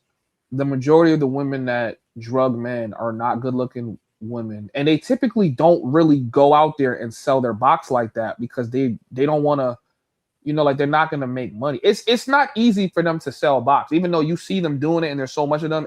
It's not easy for them, especially those nights where they got to just stand out there and nobody's taking them home. So they figure some of them get their way through by saying, "Hey, I got a friend," or "Hey, I won't charge you," because as soon as she gets access into your house, it's so easy to seduce you from that point. It's very, very easy to get you, and hey, let me pour you up. Hey, let me take care of you, and she's just putting those droplets in your drink. Have you ever had an experience like where you could have got scoped or anything like that? Yeah, I definitely did a video on it. Well, I don't really know if the girl was trying to scope me, but I'm pretty sure she was trying to find an opportunity to do something. And I think that was just come off when you start bringing girls off Tinder, right? Like when you go to Colombia, you cannot operate the way you would in a first world country. You need to be extremely, extremely different. But like when you bring girls off Tinder, a lot of them will hit you with the, "Oh, I'm not a worker.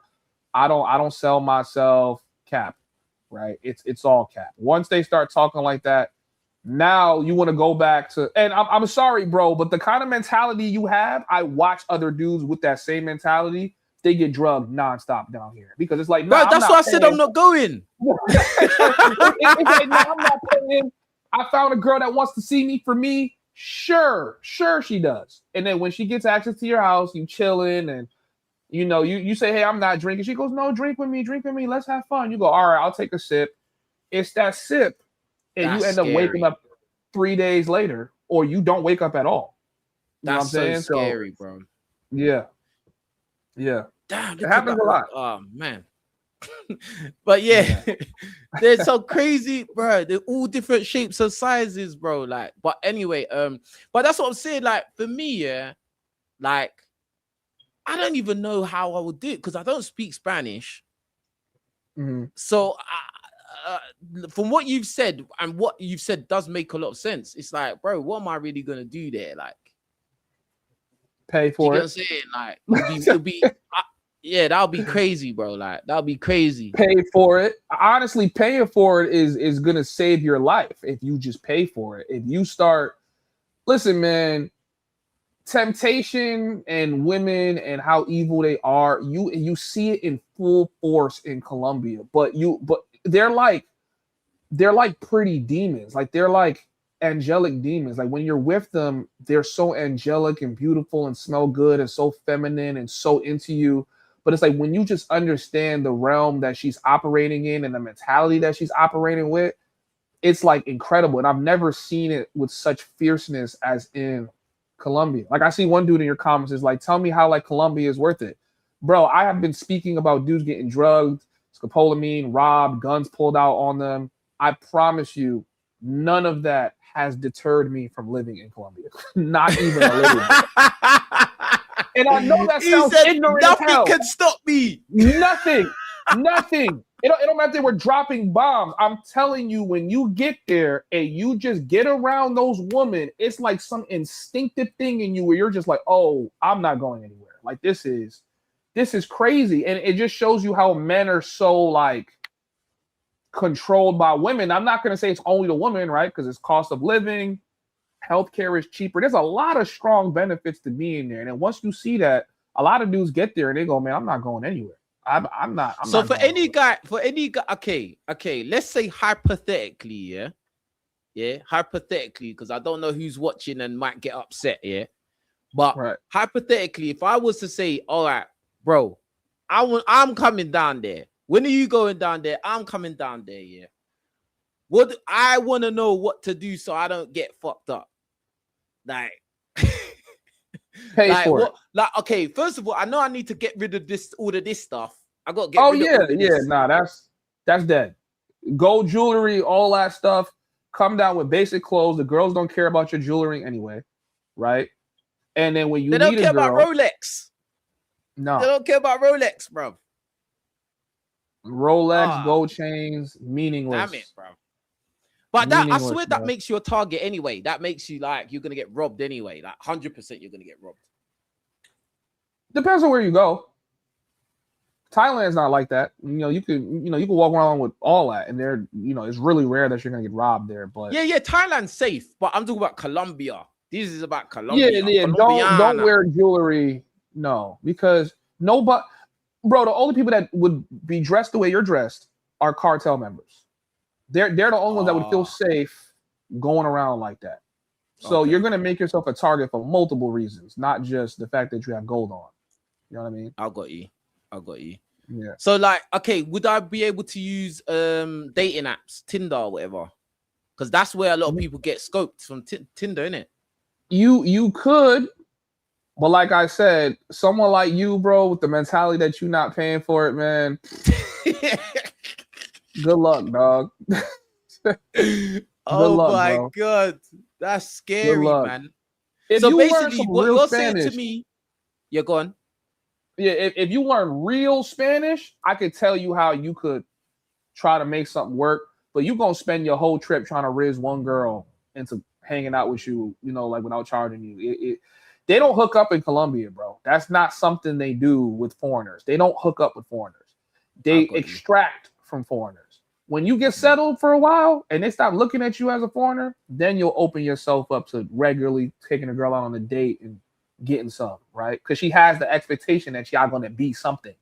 It's not just gonna be like they're still very like traditional minded, but they skew their values when it comes to money. And that's just, I'm sorry for anyone who's like Colombian in the chat, but a lot of their values can be outbought.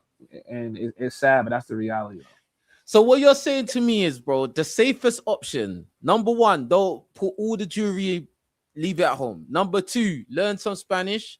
If not, that's optional. Because number two, the more important one is get prepared to pay, bro. You're gonna pay, bro. Yeah. And you know what? When you're paying, you're not even gonna mind because them girls are gonna look exquisite. Let me ask you a question. Gun. How much are you paying to take a girl out on a date right now in London? Ooh. On average. Oh man. Depends, in it. Like, because if you're trying to go and eat food, you're gonna, the very least you're gonna spend is probably like £80. Okay. Like you and a girl sit down, and I'm not even talking about some high flying place. I'm talking about you just going to eat in a normal place, maybe I don't know, like a Nando's or something like. And you want the main, and you want a few bits and extras, and when girls are out, they want to try this and try that, and oh, you should get this, and you're gonna end up spending between £60 to £80. So that, like, we're already over $100, bro. Are you guaranteed to get some that night? No. After that date, okay. Absolutely not.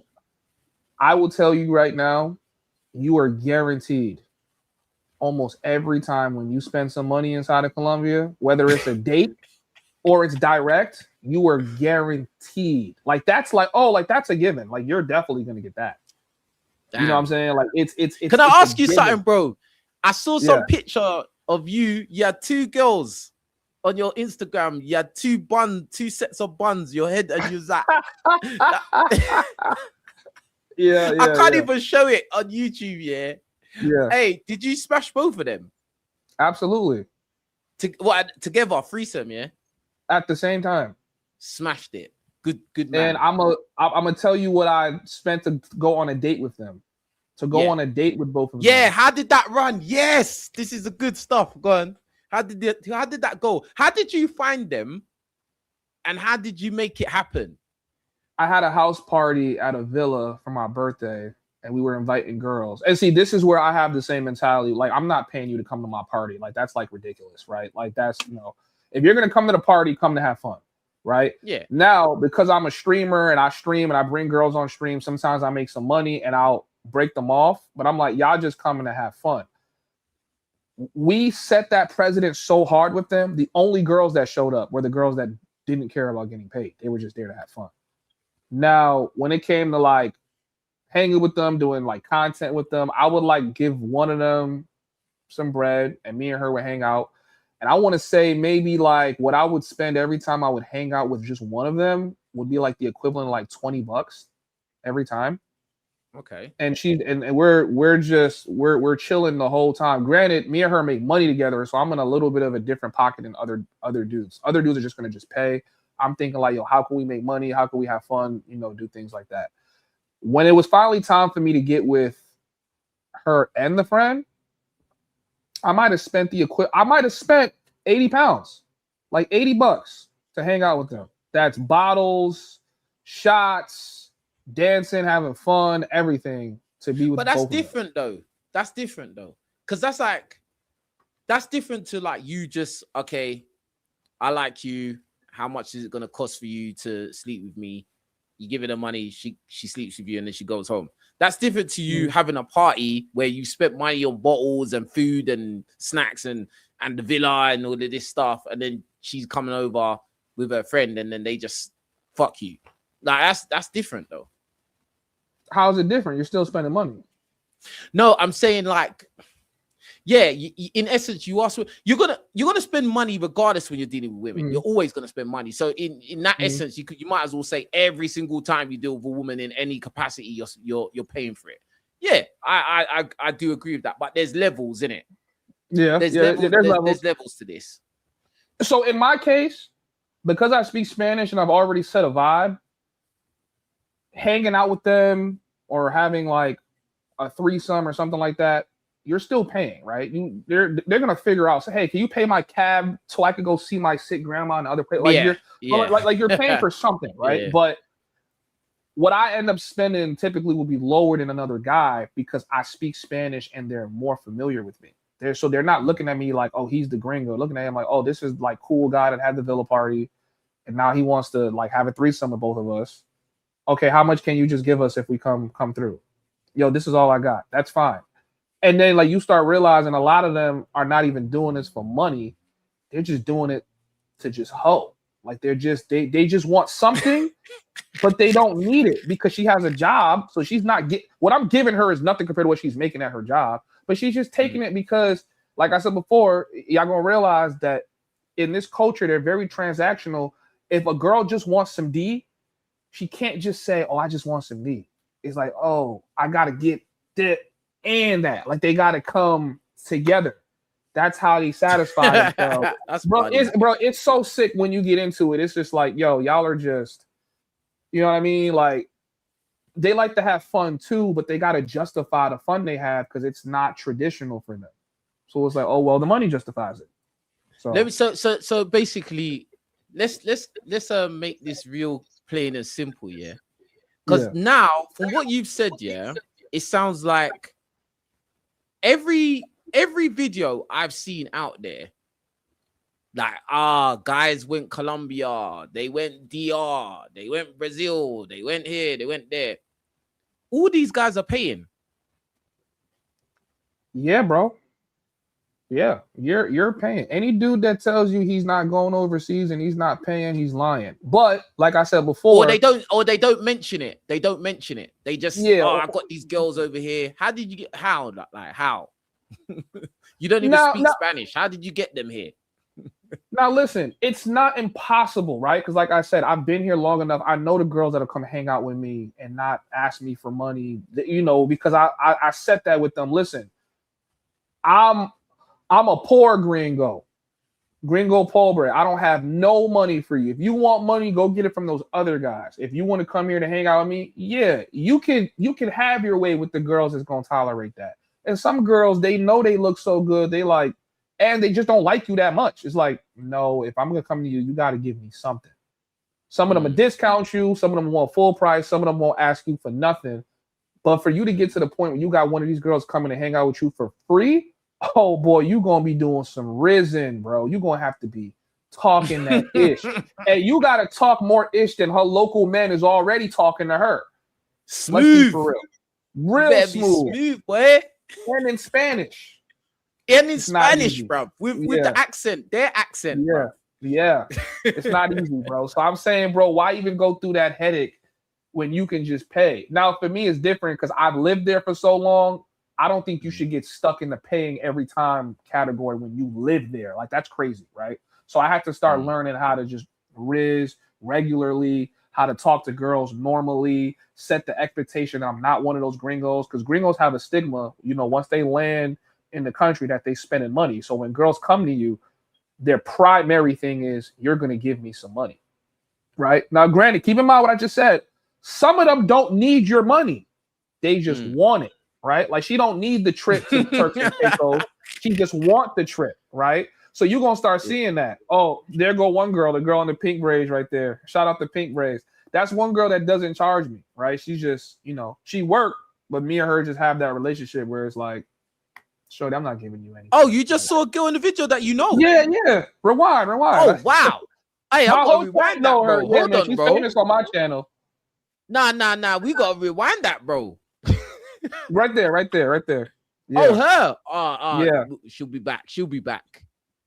So Pink all these right women. So what you're trying to say to me, yeah? Forget the ones that are mid, because I said this right now. If I go to Colombia, I'm not saying I will, for anyone watching that's gonna get upset, yeah, in the real world, yeah. I'm not saying I will, but if hypothetically I actually went to Colombia, I can tell you now, yeah, I would, bro. There's a certain threshold of women that I would only talk to a certain threshold of women. I'm not gonna go all the way to Colombia to talk to any mid chick, even close to mid. Absolutely not. It's not happening, bro. Like, these got to be women that I'm looking at like, wow, like, wow. Do you get what I'm saying? Yeah, I need to have this experience. I need this notch on my belt. Like, you get what I'm saying? Like, so I mean, if you're paying what they asking you for, you definitely should go for something you wouldn't get nowhere else. But you're gonna be there sometimes, and you're just gonna like a girl's energy, and that energy is infectious, right? Like you're gonna want a girl that got good energy. She's giving you the perception that she's into you. And some of these girls will be into you when you get there. Like it's not just all business for them. Some of them see something they like the way you talk, or you look like somebody that she grew up with. They'll be into you. Shorty right here in the pink braids and the oh yeah, that's the one you're talking about. Yeah, so yeah. What you hit that already? That's pink braids. Huh? You had that already? Yeah, bro. Wow, bro. She's on my channel, bro. Like you could dead go on my channel and see her in the thumbnails. Yeah, bro. She's on my channel. Like she, good ass energy. She wasn't typically the type of girl that I would go for, but once we hit it off, it was like, yo. And see, now here's the flip side to being the guy that could get it for free, right? So for the very few girls I do get for free, you have to accept the fact that she's doing that every night. Can you tolerate that? Can you stomach that she's gonna come late to your crib because she was somebody else? So now that whole getting it for free shit start getting overrated, because you like, damn, getting it for free just means I come after the nigga with money. That's crazy. That actually made my stomach turn, bro. Because you know what? Because this is the thing though, like you could never get like too gassed about anything over there. Right. Do you get it? Like you can't get gassed about anything, because it's just like, oh yeah, this girl's hot. Oh, like this is the first time you've seen her. But then, okay, you get through, she gives you box, you pay whatever. Then you see her doing the street walk again and again and again. Now you're walking down the street, you see her talking to her next guy. And then it's just like you realize this is the common pattern. This is the same pattern with not every, but a lot of girls that you're coming across. It's just like, oh man, this is nasty. Bro, I've gone through 100+ miniature breakups where I think me and a girl are madly in love with each other, right? At least for the night. And you catch her doing the stroll again. And then you now catch her going to a guy. Now they're going in a cab together. You're just like, whoa, like that's too overwhelming for you, because it's like, for some of these girls, it's not service. Like at least they don't sell it to you like that. A lot of them gonna sell it to you like, I'm really thinking about you. I really care about you. I really want to be. And it's just like, yo, what's wrong with you? And some of them do. Like for her, she was stalking me at a point in time, which made no sense to me, because I'm like, why are you stalking me? And you're with a new guy every other night. And then now we start getting into 304 mentality, which I talk about a lot on my channel. Is like they gotta have that one dude. Like I said, they got pockets for dudes. They gotta have that dude that she pretends like she's in a relationship with, even though she's not. And that's gonna be sick because you know she's a streetwalker. So it's like, why are you doing that to me when you do this every night? But they don't even see it like that. They say, oh no, that's just work, right? Like they separate some guy, put her through the mattress as just work. But when she's with you, it's like you're the guy she wants to be with. That's so scary, bro. And it's sick. Bro. That it's scary, and it's scary, and it's kind of like it's sad though in a way. Like it's kind of sad, bro. Like because it's just like I just think of it. If you're a guy and you're there, yeah, and you're clued up, you know exactly what's going on, yeah, and you're so like just cold with it because you know that I can't take anything serious here. Everything is just for this moment. I like what I see. I want to sample this. And then once it's gone, it's gone. Like, don't you think that you'll become like kind of jaded? Yeah, man. I mean, that was a reason. That's one of the reasons why I wanted to come back. Because we'll come back to the States, is because I realized that the life I'm living is not real. Right? Like I'm gonna tell you what my life is like. I have ascended to a level that dudes come to Colombia, they'll never be able to ascend, right? I'm able to get these beautiful, gorgeous ass women without paying them, right? Even though most of the time you're going to spend some money. But I got these little pockets of times where I got a couple girls in rotation. I don't have to give them anything. And they're beautiful. And they're gorgeous and they're feminine. If you was to take her and put her in any club in the world outside of Colombia, she'd be the biggest money maker, right? The dudes would be tricking on her. They put her on jets. They put her here. And you're running through that every day, or you have the potential to run through it every single day. It's going to corrupt you because now when you come back to regular life, how do you date or talk to women? You can't. That aren't as feminine, don't look as good, aren't this don't fit. look as You good. That's the number one thing. They don't look as good. How are you gonna once she starts giving you headache, because remember, they all give you headache. So once this regular mid chick from back home starts giving you headache, you're like, I don't need to listen to you. You're not even all that. Exactly. Because you're spending more money on that chick. She's not all that, right? And then don't even get me started on hygiene. That's another conversation to be had too. So it's just like this money I'm going to spend over the collective month of courting this one chick that gives me some when she feels like it. I will save that for a flight and I will go back to Colombia. And that's what a lot of dudes get caught up doing. They fly back to Colombia. They fly back to Brazil because they go, why would I date here when there's some girl who looks she's 3, 4, 5 points higher on the scale than you, and she's more feminine, and I spend less money than her than I'm going to spend on you. So that's where you start realizing, like, and I'm not saying this to kill no one's fantasies. Go to Colombia, have your fun, turn up. But I'm talking to somebody who has, like matured in that space. It's like, bro, you're going to realize that you're spending most of your time chasing fantasies. Now you're chasing a fantasy, right? You can live the fantasy. It's real. You can touch it. You can feel it. You can smell it.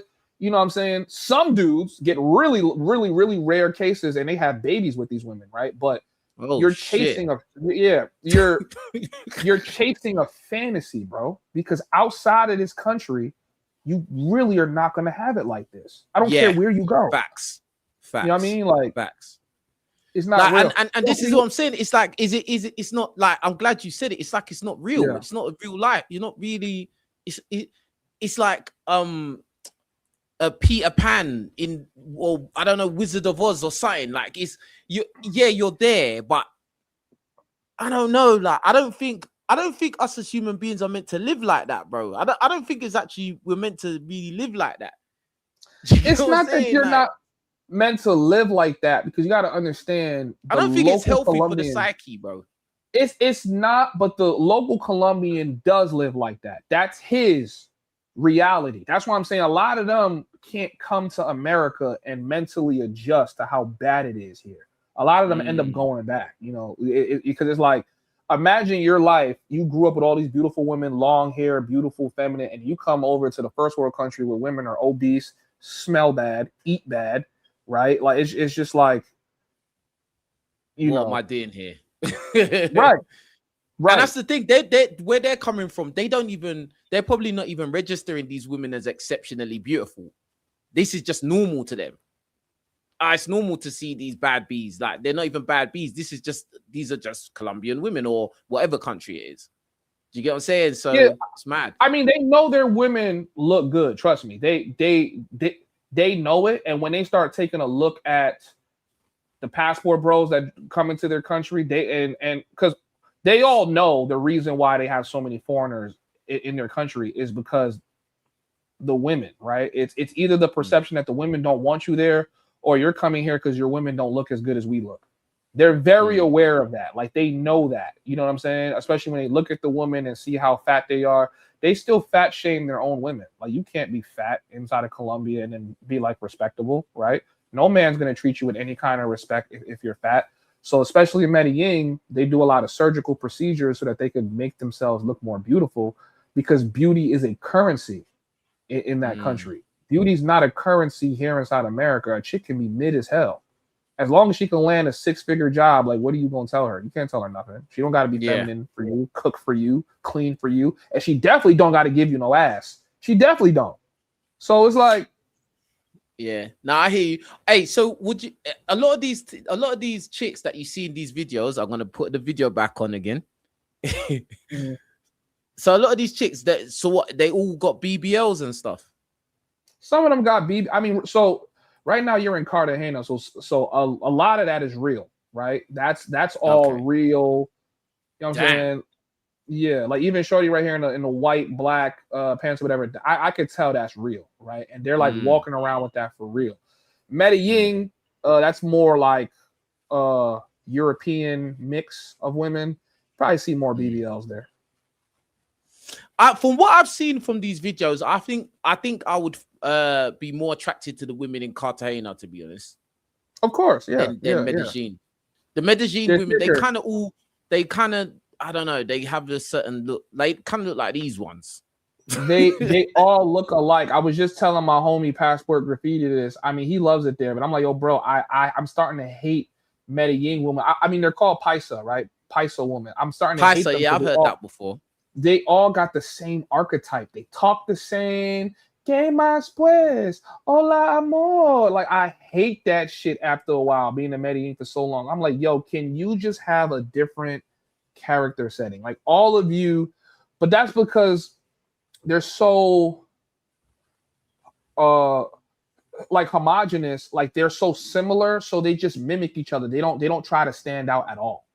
Right? They don't try to look different. Meanwhile, here you know you got the African mixed women, right? Yeah. You got women that are mixed with like the mestizos, the European. So they're just a little bit different. You see, with different types. Yeah. Can you actually give me 1 second, bro? I want to just read some of my super chats. Some of the guys. Yeah, go on, bro. Chat. I want to start from the top real quick. Let me see.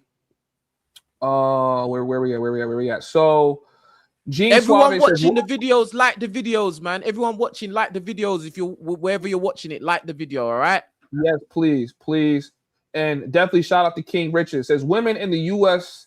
have tremendous value. American men simply don't understand their value or how to select them. Okay. Thank you, Gene. Comes with another one. Says, same. I had an American woman spend money on me. Feminine just means broke woman. Shout out to 031 Sleepy. He said, shout out to King Richards for being on the homies channel. Glad you got away from whack ass Pearl and glad to see your channel grow. Who's Pearl? What are you talking about? What are you talking about? Yeah, no, because what's it? Like 3 years ago, I was doing my podcast at a studio. And everybody, she said some dumb crap online, and then everyone turned on her, and now it is where it is. I had to just walk away from that situation, get as far away as possible, man, because I was getting backlash from that. Like the ones where it's like if you're around somebody or you're working with somebody and then they fuck up, now you're getting some of that heat as well because you're too close to them. Mhm. Do you get what I'm saying? So like, Yeah, yeah, yeah. man, I had to just excommunicate myself, bro.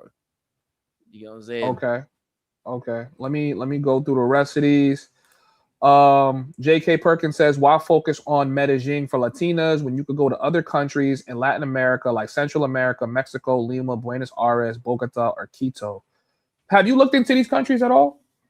Nah, but I looked at Dominican Republic. I saw a lot of women that I'd find attractive there too. And actually one of my friends actually he came back from DR and he was telling me, hey, you gotta go. He was proper getting on to me saying I need to go to DR. So, but apart from that, I haven't really looked into it that deep.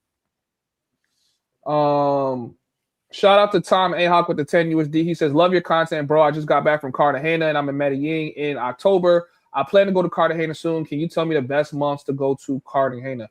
You could go to Cartagena any month of the year, bro. It's going to be the same women walking around, being beautiful, being thick, and smelling good. So you're good to go. Passport Salvation says, come to the dark side, King Rich, and trick that YouTube bag. I'm trying to tell him, bro. He gonna end up tricking it off, man. I'm telling him, man. God. I'm telling him, man. He's gonna That's trick it scary, all off, bro. man. That's so scary, bro. Like, oh my god. Yeah. Because the thing is that, do you know why it's so mad as well? Yeah, because there's so many women that I know I would find attractive, that I know that I want to, you know, hypothetically I would want to, you know, like, do you get what I'm saying? And if you're saying the only way you don't speak Spanish, bro, they don't care about looks, bro, they don't care about all the, then it's like, bro, like, damn, I'm gonna go broke out here, bro, because like there's a lot to do. Bro, and dudes go broke. Yeah, bro, that's a real thing overseas that people don't talk about enough. Is like the, you know, especially the YouTubers that go abroad, they spend a lot of money on women. Like it's gonna drain your bank account, because you would think if you're used to maybe smashing 2 girls a month, or you got a little rotation, you're content with that. When you get to Colombia and you see all of these angelic demons walking around with their BBLs and looking good and smelling good, now Smiling you're at you. smiling at you, papi, papacito, que rico, like just doing that to you all day. It's very hard for you to go, all right, man, what's a little 30? What's a little 50? What's a little 80? But that stuff adds up. And now you got a whole car note, if not a rent, that you're just blowing every month on women. Now you can't even eat. You can't even eat, bro. You have to start eating grapes. Like, listen, man, a 1 apple a day, bro. Like, that's it. Dudes, if dudes had to choose between a sandwich and getting some box, they're gonna get the box, bro. Yeah, nah, facts. You know what I'm saying? Apartment R says, if you pay in Medi, would that eliminate your chances of getting scoped? Yes, it does. It definitely does. Like I said, when you're in Rome, do as the Romans do. I don't see the point in fighting against it. Obviously, here in America, I would never indulge in any of that nonsense, because I do just feel like I could still go to the bar or go to the club and go riz something, you know, hop on Tinder and bag something. But I just know that process of trying to secure the girl takes longer. Inside of Colombia, it's instantaneous, and it's going to destroy your dopamine. It sounds like it's like the reverse. What? It sounds like it's just reversed, like, so. Oh yeah. Like in comparison to, like, you know, back home, it's just the reverse, bro. Like everything's just reversed round. Listen, if you have no intention of having children right now, and you just want to get yours off, Colombia is the best place to go, because most of those women don't want to have children with you anyway. So let's just be for real. Like, they don't want children with you anyway, right? As long as you got the money to spend, they're gonna do whatever you tell them to do. Especially when you get away from the girl. See, like these girls walking through these like streets, they know how to make money. When you go to the girls that don't know how to make money, oh, now you're in a totally different ball game. Like, so now if you tell a girl, hey, and this is something really outlandish, but I'm pretty sure this is what every man wants. You got enough money to get yourself a big ass house, build it up from scratch. 15 bedrooms, 6 bathrooms, and you go to 10 of the most beautiful women you've ever seen in your life. And you say, hey, come and live with me. You can probably make that happen as a reality for you. And they'll find a way to live in harmony because you got the bread. That's the reality of being in a first world country, making the money you make and going to these countries. You can actually really live like a king. Now, did you have to buy that affection? That's the only thing that you're going to have to stomach. You know what I'm saying? Do you care that you might have to buy that affection, or do you not care? Well, I'll give you guys some truth. The majority of rich and powerful men throughout history have had to buy or influence their affection. It wasn't organic, and it wasn't what's the word people say? Authentic. Authentic. It was influenced by money or power. It's crazy. Tell me what you think about that. I think there's truth to that. I think that like a lot of I think there's absolute truth to that, to be fair. The majority of guys walking around are not like some mad, handsome dudes. That's the facts. So like it is what it is. Like, but that's crazy, bro. Cap Tie with 1,000 jewels, bro. I appreciate you, Brody. Yeah, man. So what was I gonna say? I was gonna ask you something. What do you see? Do you see a lot of like guys? Because I watch a lot of these type of videos. I just find them so entertaining. These kind of videos. I went to Cartagena, and this is what it's like going to. And then you see a lot of guys going there, and I do see black guys with chains on, big chains, throwing money around, like doing the most, wearing the most loudest drip they can find with the biggest Gucci logo on the chest. Like, what do you think of when you see dudes doing all of that kind of stuff? They're just new here, and they're just operating foolishly, right? Like they're doing what they think will get the women to, like they think it makes them stand out more, but it's just like you said, doing the opposite gets you a lot farther. Being quiet with what you have. Like I could go to the Parquilleras or the clock tower, like what you just had on the screen, and a t-shirt and slippers. And all I got to do is, hola, ¿cómo estás? ¿Cuánto quieres? Oh, quiero, solo tengo eso. Meaning that, okay, how much do you want? Okay, I just have this. She's more receptive to that than the gold chains. When she sees the gold chains and the jewelry and the throwing money, all she sees is, oh, he's a sucker.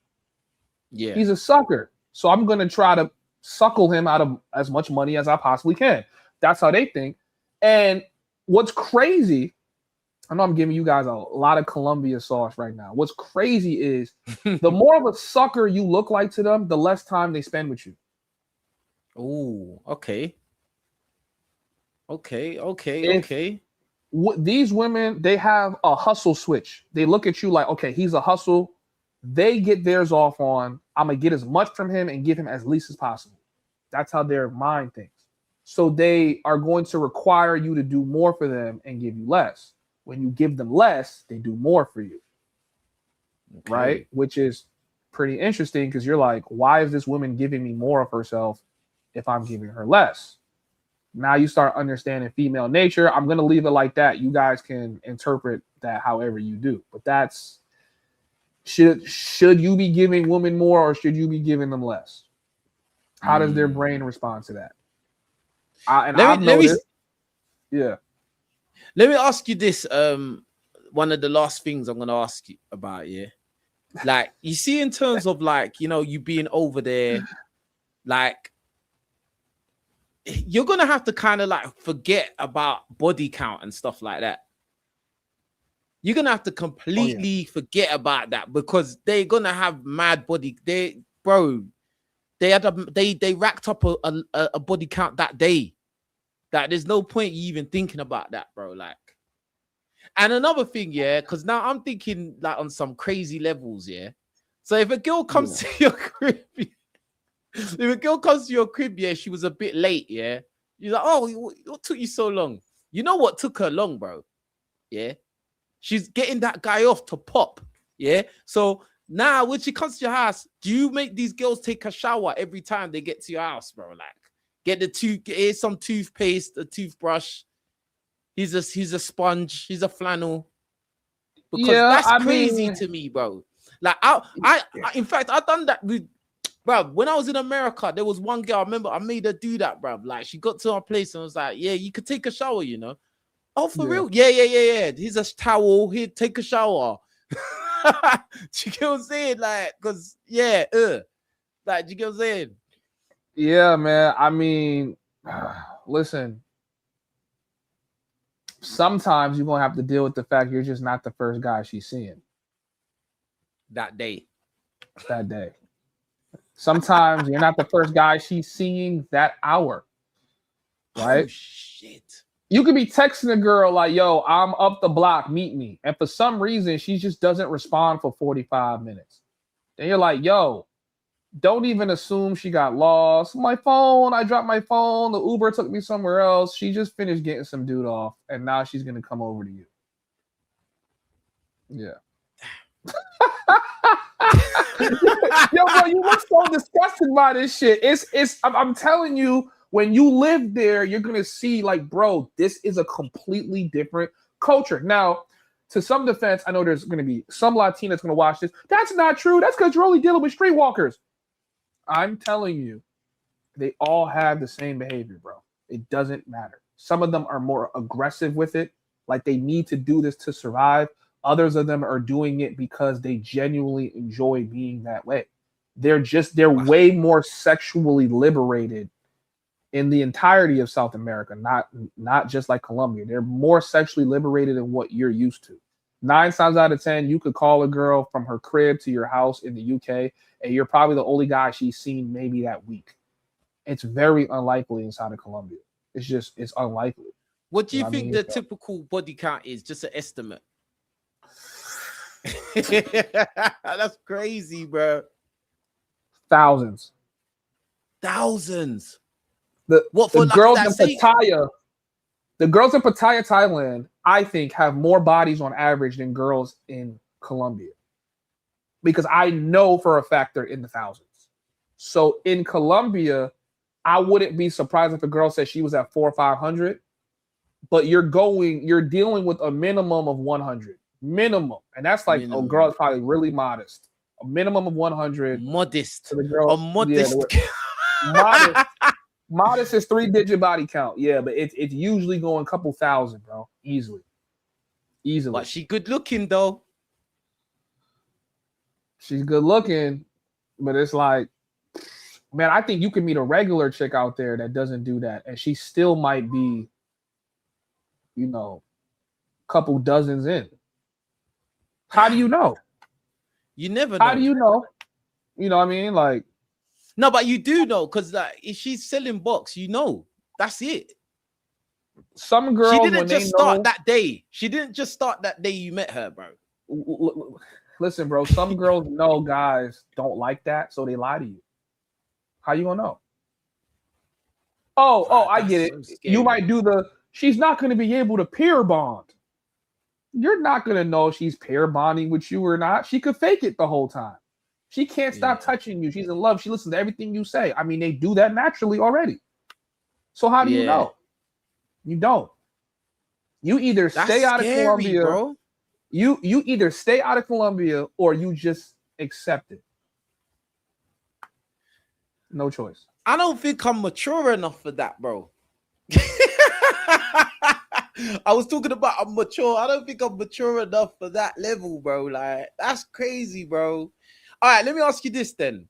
Like, how many times have you slept with a girl and then found out, oh, she slept with my boy, like she slept with my guy? Oh, that happens all the time, bro. That happens. So I'm in the travel space, passport bro space. I don't really consider myself a passport bro, but I think damn near everybody watching this is gonna say, nah, you're definitely a passport bro. Right? Yeah, pretty much.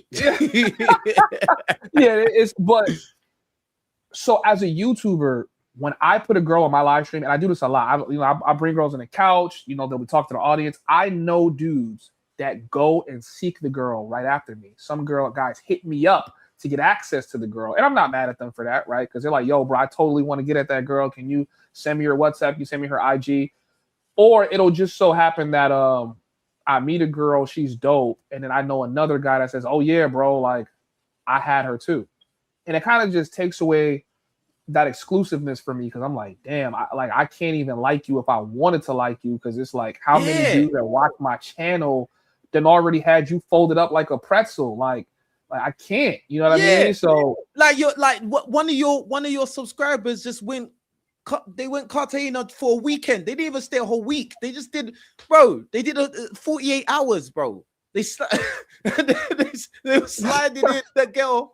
That the girl's trying to hug you. You're just trying to kiss your face. You're like, man, you're gross. Like, bro, these girls tell me like there's guys for some reason. I made sure I told guys please stop doing this. There's guys that say, hey, I know you from the Homies Hub channel, so they'll tell the girl, and the girl knows the channel, so she'll come back to me because it's like, yo, like you're bringing me business. Just the fact you sat me on your stream and introduced me to your audience. Now, when guys fly out here and they see me, I'm like their first option because, you know, it's like indirect business for them. And some reason the guys go tell them like, yeah, I watched you on, you know, Homies Hub channel. And then she'll come and tell me like, yeah, some guy, he was like really excited. He said he saw me on your channel and blah, blah, blah. And yeah, yo, man, this has happened to me dozens of times over the last 2 years, bro. It happens a lot. It happens a lot, bro. A lot. So like, all right. So would you say the average girl out there is like an 8 back home? Nah, I would say the average girl in Colombia is probably like a 7. Oh, the average is a 7. Okay. Good 7, yeah. But there's so many of them. And this is why Colombia crushes Brazil. It's just there's too many of them that could be 8s, 9s, or 10s. It's too many, bro. It's unbearable how many 8s, 9s, or 10s you'll see on a regular basis. You just won't come back to your country feeling the same about your women. You're just gonna be like, I'm not. There's a whole world of bad bitches out there, and you look the way you look. It's like, nah, I can't. That's true. Because that's what my boy said. And even when my other boy went Brazil, and then my other boy went DR, and then he came back and he said, bro, when I came back, I was sad, bro. Like, yeah, he's like, you're sad. Like, he's just like, you come back and you look around and you're like, what is this? Why am I here? This I'm not meant to be here. Just like, that's crazy because it's just like. But again, it's trade-offs because the women there, they are like way more attractive on like pound for pound. Mm-hmm. But then you're talking about they've at least got 100 bodies to their name, at least. Minimum, and it's not to say women in first world countries ain't fucking, they're fucking. But is it to that same extent? Is it in the culture just to be like a Jezebel? No, it's not. It's actually frowned upon, despite Sexy Red and all these people promoting it. It's still frowned upon. So I don't know. It's trade-offs. Yeah, I mean, if I could mix the best of both worlds, but you can't. Like I said, that you can't. Yeah, it's a totally different world, and it's not real. And it's like the longer you stay there, the more unreal it becomes. So you have your experience coming for the weekend. Oh my God, I had this baddie. I have a different experience of this baddie is in love with me and she stalks me everywhere that I go. Meanwhile, she's probably slept with 15 dudes this week, right? 5 of them that you know as well. Right. And 5 of them I know. Other dudes have a completely different reality than me. I know a dude that was staying out here and he had one of those streetwalkers giving him money. Like it gets deep, bro. Like some dude, he got so broke, he had to depend on a streetwalker to give him money.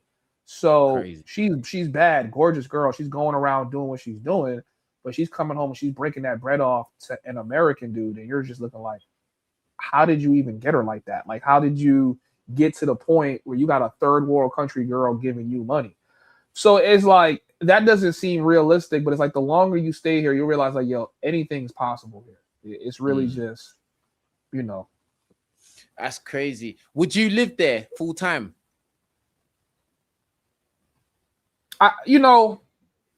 So usually I stay in Colombia 6 months at a time. For the past 2 years, this time around I was there for about Damn, 5 months. 6 months. Oh yeah, my bro, I'm telling you, I'm here a while, bro. I've been You're in a Colombia a greedy guy, long. bro. You're a greedy guy. You're a greedy guy. I'm there for a 6 months. long time, bro. Even some of those That's a videos you long pull up, time. I know a lot of those girls already. You know what I'm saying? Like I've been seeing them for the past 2 or 3 years, but I think this time around I would. Before I said I wouldn't, but I would live there full time.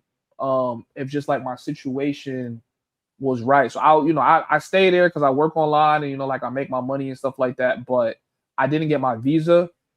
But I think I could live there full time, but I think part of me would have to take a break and like vacation to America, just to like remind myself that the world isn't like this. Like this isn't real. It's not a real place once you get You're in there. Neverland. You're living in Yeah, Neverland. yeah.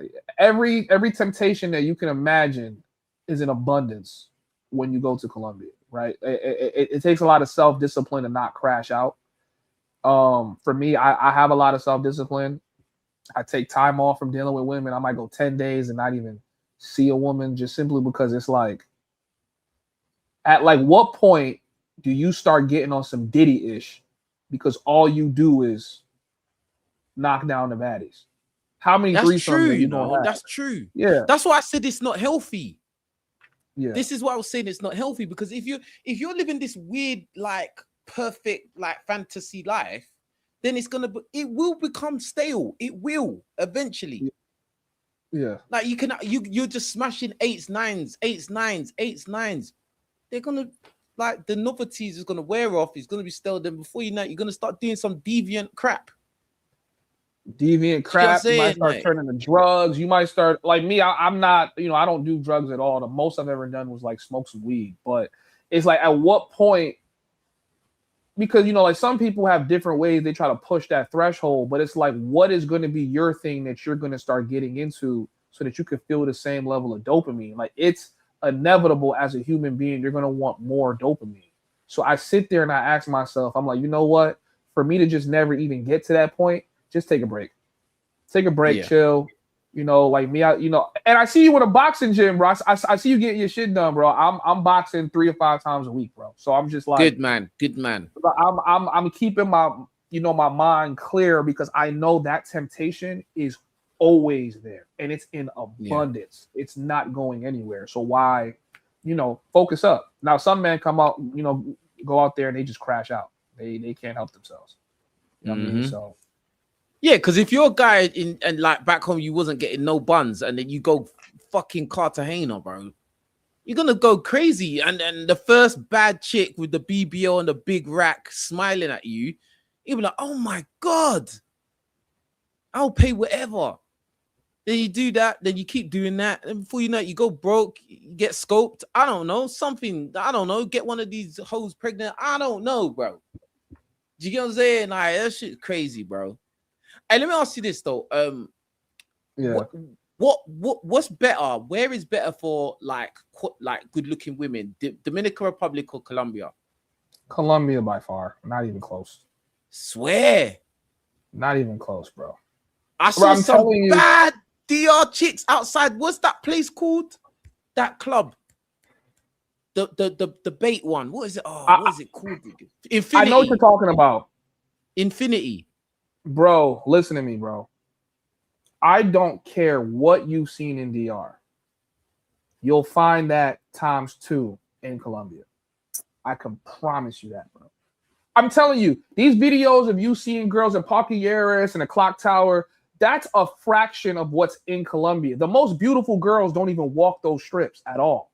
They just don't. They don't like you won't see them regularly. You might catch her at the gym, right?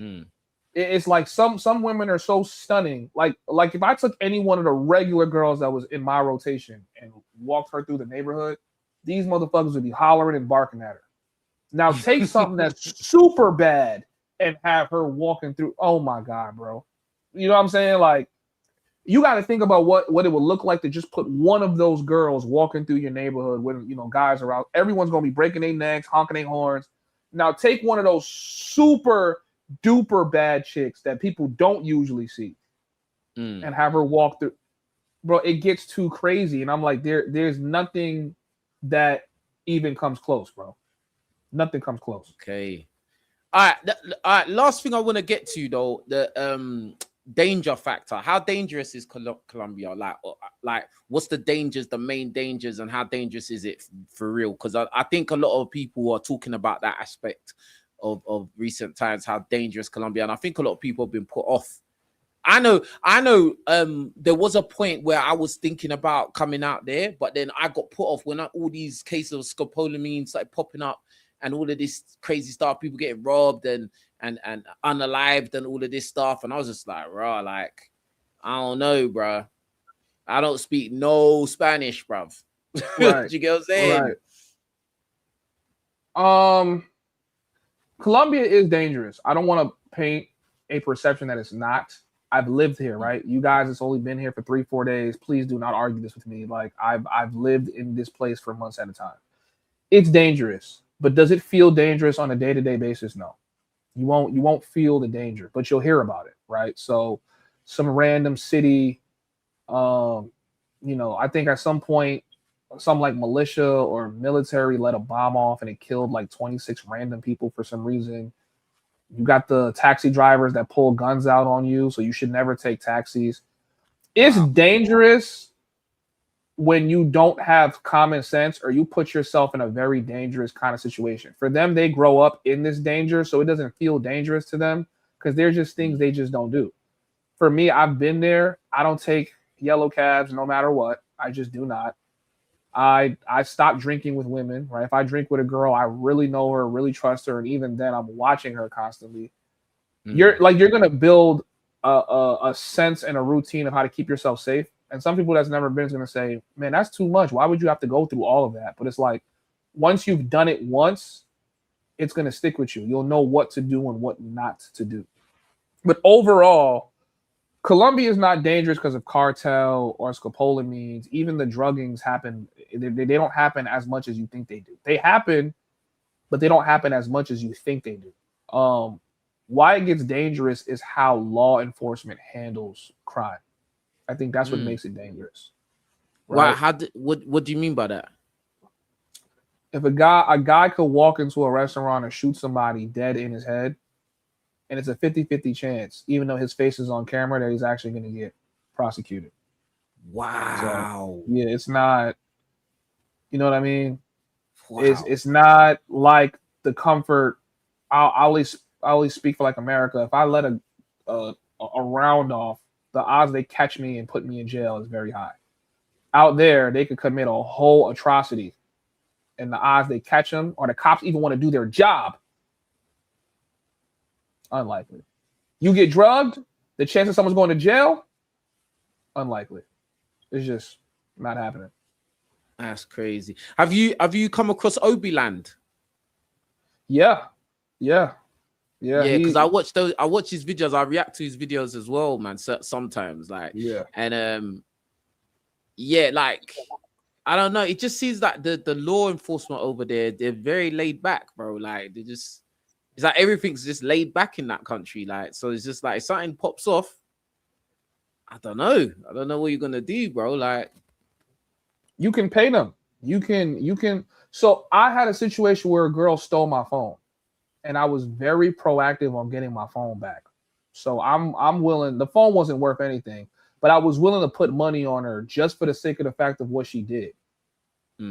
But I was calling, every hotel or motel she might have been staying at. Her friends ended up snitching on her. That's another thing that make it dangerous. Is like they don't even trust each other and they snake each other too, right? So wow. Yeah, so her friend ended up telling on her, gave me the details I wanted. I ended up going to the police and I said, listen, I don't care how much she gives you. You can keep all of that. Just arrest her. She stole my phone. She already committed a crime. They had no intention of taking that girl to jail, bro. I'm just gonna be honest with you. Like they sat her in the car, she called up some girl to go get money, and she, you know, like she paid me for the phone. But that was me being proactive, super proactive, on some like Liam Neeson-ish from like Taken. Like I'm like, yo, like I'm gonna find you, bitch. Like, you know what I'm saying? After she gave me the money, they was like, oh, do you still want us to take her up?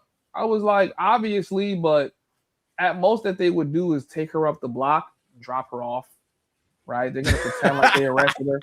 So you got to take the law into your own hands, which is what the people end up doing anyway. So, damn. Yeah. Hey, I think we've learned a lot from you today, bro. Let me ask you this question, Rich. So, do you think even a little bit your perspective on tricking has changed, even a tiny bit? Would I do it in the UK? Absolutely not. Would I do Colombia, it in America? Absolutely not, bro. Colombia. I don't have to. Yeah. If I was in Colombia, I mean,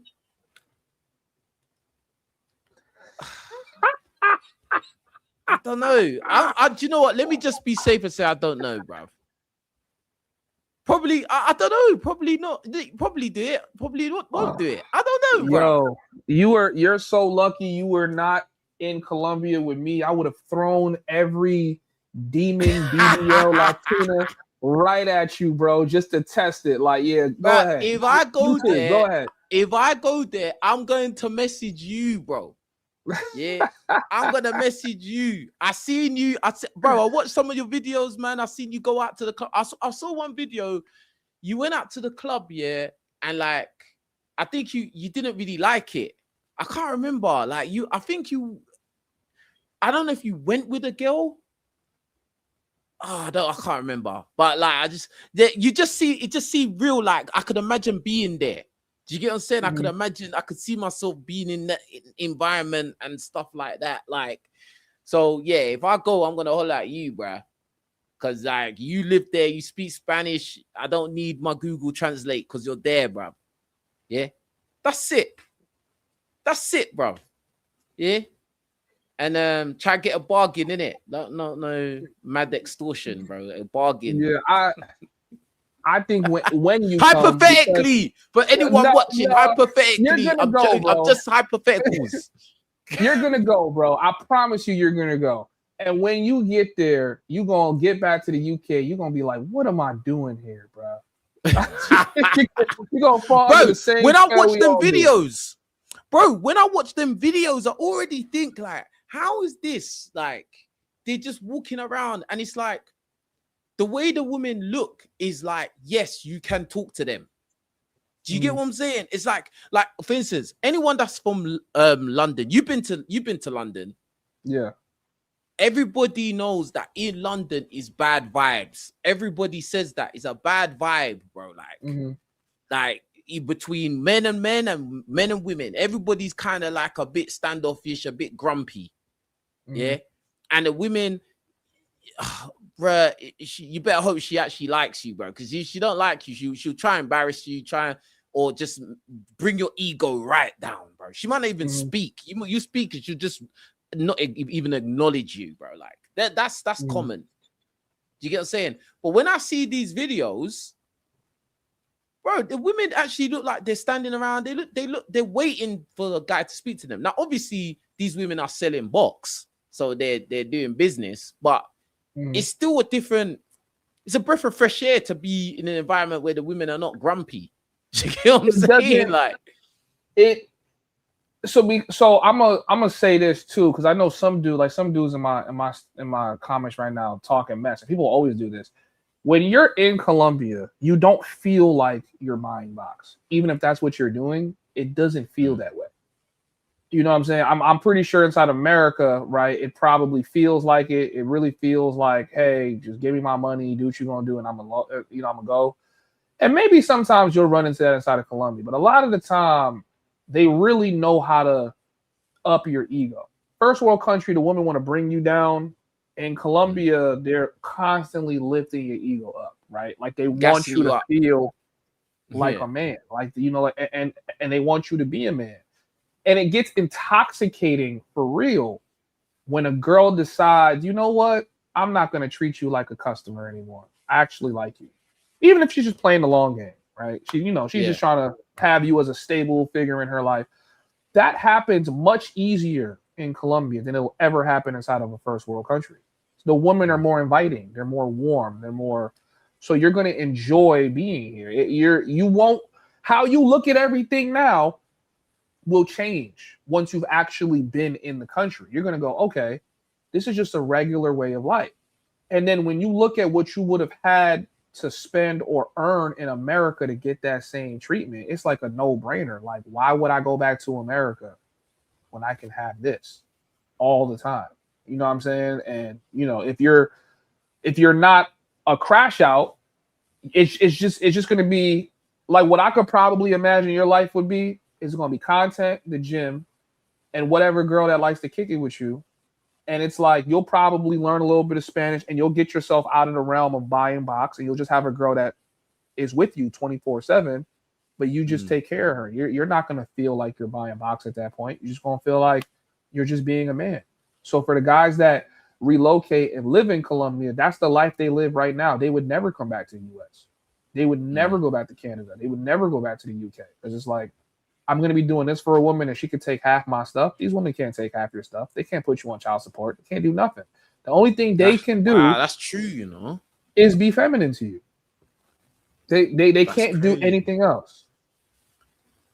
That's crazy. When you put it like that, that's crazy. But it's just the fact of I know that they fucked like everybody, bro. Like that just makes me sick. Why do you care, bro? Why do you care? I know, but it makes me sick, bro. Bro, that's why I said I'm not mature. I'm not mature you shouldn't care, because I'm sure that you went to university. I know some of those girls got down in college, bro. Oh, absolutely, bro. Yeah, right. Yeah, bro, you're gonna meet. But those girls wasn't around me like every day. Like, oh, she's with me every day, hugging on me every day. These are girls that she's just here. Oh, yeah, what you doing tonight? Oh, yeah, drink. Them times of drinking and shit like that, just hanging out. And then I probably won't hang out with you for a week and a half, maybe 2 weeks. Then I'll pop up again. Oh, what's going on? Blah, blah, blah. Like, then you talk about it with your friends. Oh, yeah, what? Did you see thing? Yeah. High five. Do you get what I'm saying? Like, it's not, that's different to a girl that I know she's got 1,000 bodies and now I'm playing house with her. That's weird. Like, I totally get that, because I still feel that way. And I'm not sitting here telling you I would cuff any of them, because clearly I was just being a bachelor when I was out there. I wasn't cuffing anything. Yeah. But the older I get, the more I realize that a lot of men that would judge you for wifing a bop are currently wifing a bop. Wifing a bop. So it's like, why do you care that much? I don't really care that much. It's like, you know what? If she does the right thing by me and she know to keep that box at home, and some of those girls, they done did all of that just to survive. If they got a solid man, they don't have the curiosity of what would it be like to do all this, because she's already done that. She just needs a consistent guy. You know what I'm saying? Like, the way you said that was just funny, man. She ain't even thinking about that. She's done it already. She's done it all, bro. As long as you don't think about it, you'll be able to sleep at night. But she's done it all with every type of guy that you can imagine. She gets no excitement. I honest to God think Latinas, not all of them, right? Because some of them are just straight up bops. But there are Latinas where when they're with a man, they don't go anywhere. They don't even look outside of their home ever. I heard that Latinas are very like, what's the word? They get very jealous. Yeah. Is that true? You'll maybe not you. I've had women, it was service. Like, here, take this money. We do what we do, go. She catches me outside the next day and she's jealous. Like, why are you back out here? Why are you looking for other women? Why are you? It's like the most unreal. Why are you unreal. here selling box? You're selling box. Oh, don't get me started on how they look at that. So they look at you buying box worse than them selling it. They go, no, I'm out here working to survive. You're just out here pleasuring yourself. So you're worse than I am. That's literally how they Wow. look at you. I swear to God, that's literally how they look at you. Then don't go and catch one of those girls on a stroll and she's the girl that you got for free. If she's the girl that you got for free, if she catch you outside talking to a girl that she no charge money, oh no. now she's looking at you like, oh, so I'm the stupid one that's giving it to you for free. You're paying on the girl. But now that actually makes sense though. That does make sense though. It makes sense, but it's sick. It's sick. It's like, but at the same time, she still sells box, so she can't be. It's just all twisted, bro. It's twisted. It's twisted, but there's like a level of dopamine high that you're gonna enjoy going into just having those back and forth with them. Like, are you really upset that I'm out here hanging out? Like, and it's gonna be like, yeah, I'm upset. Why would you be with another girl that's not me? Madness. They're crazy. Madness. Hey, bro, as I said, yeah, listen up. If I'm going there, I'm gonna holler at you, and you're Nigerian as well, Nigerian American, bro. I'm gonna holler at you because you know what to do. Hypothetically, if I was to go out there, I'm not saying I am. I'm just saying if it ever was to happen on a crazy fortnight, 6 weeks. Yeah, I think you should do it, bro. I think your perspective, because there's a lot of things that I could tell you, but if you were to live it, I think your perspective will definitely change. And it's like, you know, maybe you feel a little different about Latinas, whether they like black men or not, but I'm gonna tell you, bro, the more time you spend inside of Colombia, man, it's less about color and it's more just about your status. Like, what is your status as like an individual? I think you will complete the picture. It won't be like an inference anymore. Like, you would have actually lived it, and you will be able to say, okay, now I understand it. No, absolutely. You know? I think experience is the best teacher. Like, obviously, like when I lived in America and actually lived there, that's when it's like I got an understanding of certain things. I don't know everything, but I got a very good understanding in comparison to, you know, someone that, yeah, you've watched American media and you think you know about America. You don't. You haven't had feet on the ground. So I agree with you, bro. But that's hypothetically if I was to go there, bro. How was your experience in America? Like, how do you feel about the woman in America versus London? I think that America is a harder market than London. London is a very hard market, but it's not necessarily because of the dating. I think that the culture in the UK is very kind of grumpy, especially within the black community. It's kind of grumpy, like especially in London, because everyone it's an expensive city. It's crowded. Everybody's kind of competing with everybody. Like, it's just a lot going on, bro. Do you get what I'm saying? Like, I was in North Carolina, which is like, you know, the South. The South is a lot slower. So maybe that may not be the best representation of the whole of the States. But from what I saw, you know, the women were more aggressive, as in, if they like you, it's on. Do you get what I'm saying? Yeah. Like, it's on, and they will give you a sign that it's going to be obvious that they like you. That was my experience anyway. But you got to remember, I was a student athlete. I was a college athlete. You know that kind of, like we're talking about, not clout, but status, bro. Status. Yes, that's the word. Yeah. So that level of status, especially when you're in college in that kind of environment, you're on a team that everybody goes to go watch on Saturday. Like, you're basically a little celebrity in the. And then for the fact I was from the UK as well, it just gave me an extra boost. Like, you're black from the UK. Like, wow, there's black people in the UK. Wow, like, yeah. I know that accent was getting you the pussy. I already know. Know, bro. I already know. I thought I slept with girls the first day I met them, like loads of times, bro.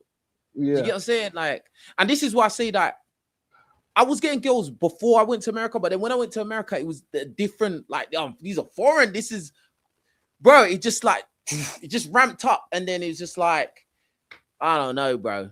Then I come back to London, it was ramping up. It's still ramping up because then now I'm doing like the social media stuff.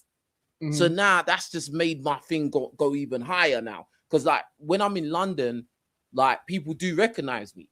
Do you get what I'm saying? Not to say I'm some mad celebrity, but you know, every night, especially when I'm with a girl. So say I'm with a girl that I'm talking to, she may not even know I do social media because I don't like to tell, because I say a lot of stuff that will probably upset girls. So the best thing is probably not to tell them. Same. So when I'm out with a girl and then, you know, a random guy be like, hey, King Riches, I watch your videos. Like, now the girl's seen that and be like, huh? Who are you? Like, you're somebody, aren't you? And I'm like, nah, I'm just on the internet a little bit. I still don't go into it. Do you get what I'm saying? Like, and then that raises my status to the girl I'm with. That's literally happened every single girl I've been out with. That it always happens. Somebody will say, yo, I watch your videos, keep doing your thing. Do you get what I'm saying? And then that just raises my status with the girl I'm with. It always happens, bro.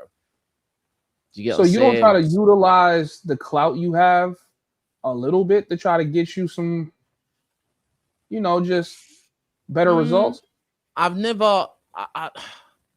I've had girls come to my social media already knowing me and then being interested, but I've never gone out there and been like, hey, I've got a 100K YouTube channel, come and talk to me, or you should get to know me. Like, I've never done that. Like, because I always just think, I don't know. I don't even think about that really. I don't really think about it. Like for instance, if a girl gets my Instagram, I'm only like, what's it, 10,000 subscribers on Instagram, which is obviously still more than the average person, but like, it's not, I don't know. I don't really deep it, bro. I'm not even gonna lie. I don't really deep it, bro. Like, because I know I've got friends that are really known. Do you get what I'm saying? If I'm standing next to some of my other friends, I'm nobody, bro. I'm just a regular guy. I'm a regular civilian, bro. You feel me? So like, I don't think I'm at that stage where I can really be like, hey, I'm King Riches, give me bucks.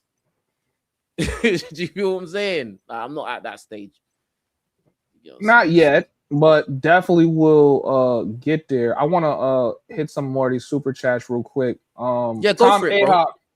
Says, appreciate the response, bro. Thank you for the super chat, Brody. He says, to give more context, can you tell me which months are better to go to Cartagena when it comes to the weather? So I went to Cartagena in the summer. Every time I've gone to Cartagena was like June, July, August. I would say those were the months that I've had the most fun. Those were the months where I've seen most of the girls outside. Those were the months where I've just seen a lot of that like African, Latina beauty that I like to see, bro. So if you go there, definitely try to go there in the summer. Rara BX says, can I have an orange Fanta, bro? What is that about? That's funny. Okay. Mollywood Talks, what up, G? He says, if King Richards goes to Medellin, he's going to lose his mind. Absolutely. For sure. I think he's going to come back talking a whole totally different tone about Latinas. He's going to be like, yo, those girls out there, bro, they love black men. I'm telling you, bro. He's going to be coming back speaking another language, bro. Another language, 100%. I will say this. If I did go out there, I'd be shooting so much content. I literally will be doing 24-hour vlogs out there, bro. Literally. Yeah. Because that travel stuff, that goes off. You get what I'm saying? Yeah, man. It's lit to travel, man. I've been to 6 countries over the past year. Colombia, Lima, Peru, Japan, Thailand, Philippines. I'm probably leaving. Oh yeah, you did the East Asia. We need to come back. I want you to come back and do another video talking about East Asia, how that was like. Not this one. This one was Colombia. Yeah, I know. We can do another, but yeah. I would love to live in Asia, man. I'll just put it like that. You'd love to live there. Yeah. Is it? Yeah. That's not for me, man. That's where we go different ways. We go different ways, bro. Like Asia is him, man. Asia's him. That's a good continent to be on. It's cheap to go between the countries. Japan for me was spectacular. I know other people think it's like really boring in Japan, but Japan was great for me. It was great. So you'd pick Japan over Colombia? No. I picked Thailand over Colombia for sure. Because the only thing, I mean, there's a couple differences, but you just gonna have to accept the fact, like I said before, Thailand is a little bit more realistic, and Colombia is just not a real place, bro. Like, secondly, you don't want to live in constant temptation. Like, I call it cocaine water. That's the terminology that we use on my channel. You start drinking water with cocaine in it 24/7, you're never going to be able to drink regular water ever again. And the reality is you're not going to be able to do that all the time. So it's like you're just not going to enjoy life when you're not in Colombia. You got to give it a break. You got to give it a break so that you come back and you appreciate it. You know what I'm saying? Okay. I feel you. That makes perfect sense, bro. Is there any more things you wanted to shout out? Nah, man. I appreciate us having this conversation. This was I really enjoyed this, bro. This was hey, I really enjoyed, bro. It's literally 2:30 in the morning, bro, and we are coming up to the 3-hour mark on the live stream, bro. And I enjoyed every minute of this, bro. You get what I'm saying? This was the one, especially because again, as I said to you earlier, any video, I haven't posted any video or done a live stream in like about a week. I just had to take time off. I've just been boxing, I've just been training, I've just been doing other things. But I came back and we did this live stream and I'm so happy. And you know what? Yeah, I nearly fucked up because I completely forgot we was gonna do this live stream. You get what I'm saying? It's only the homie he got me right. He was like, "Bro, what the fuck's going on? Are we doing this or what?" I was like, "Oh shit, my bad, bro. I forgot, bro." Do you get what I'm saying? So you really came through, man. But yeah, shout out whatever you got going on, man. Shout out whatever you got going on. Yes, sir. So shout out to all of you guys watching, to those of you guys that's in King Rich's chat and in the homies hub. I appreciate you guys. Sorry that I got you guys super chats late, man. We just having a really good conversation. So I am Mosa from the homies hub. My name is Mosa. The homies hub is my community. It's my platform. I basically kind of just break down to my community, sharing my kinds of experiences similar to the conversation we had tonight. So for the guys in my chat, they've been hearing me talk about, like Colombia like this for like 2 years. So a lot of them went out there, enjoyed it. We just launched a mobile app. It's called the Homies Hub app. You guys can download it. I give access to a lot of the like clubs, nightlife, events, anything kind of just going on that's like behind the scenes is catered for my audience. And some of those really dope personalities that I've met in Colombia will also be on the app as well, so you guys can download it and tap in. You guys want to meet some normal, regular women out there in Colombia and embrace the culture. The community is definitely a good place for y'all to come. So salute the King Riches, man. I appreciate us having this conversation. And like I said, bro, I've been watching your channel for years, bro. So I'm a viewer, bro. You know what I'm saying? I've been watching it, man. I hear your talking points. You know what I'm saying? I think you got a dope channel, man. I love what you do. I think my only pushback on you ever was just Black men and Latinas, you know what I'm saying? But besides that, man, you do some good stuff. I appreciate you, man. I humbly appreciate you, man. And thank you so much for reminding me to flipping set this up today, bro. Because, like, you know, hindsight's 2020. If I had missed out this opportunity to do this video, bro, and in the parallel universe, I knew I'd messed it up, I would be so pissed. But we got it going on, and it came out awesome, man. 3 hours in. Bruh, we smashed it. You smashed it, bro. And yes, again, if I'm going Colombia, I'm hollering at you, bro. I'm hollering at you, bro. Like, all right. So don't leave me hanging, bro. Like, do you get what I'm saying? And the next one I want us to do, I want you to talk about Thailand, because that's a hot spot. That's gonna be crazier than this one. I promise you. Well, you know, when I tell you about Thailand, you're just gonna be like, no way, bro. I'm like, bro, I've never seen anything like that before in my life in Thailand. Ooh. Colombia is different, but Thailand is just That's the other one. That's the other place. My other boy, he's white. He was like, he went Philippines or whatever, but he went Thailand briefly. He was like, bro, you need to go Thailand.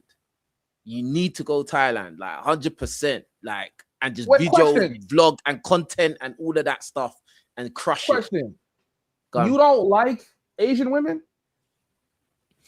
I haven't found that many of them to be my taste.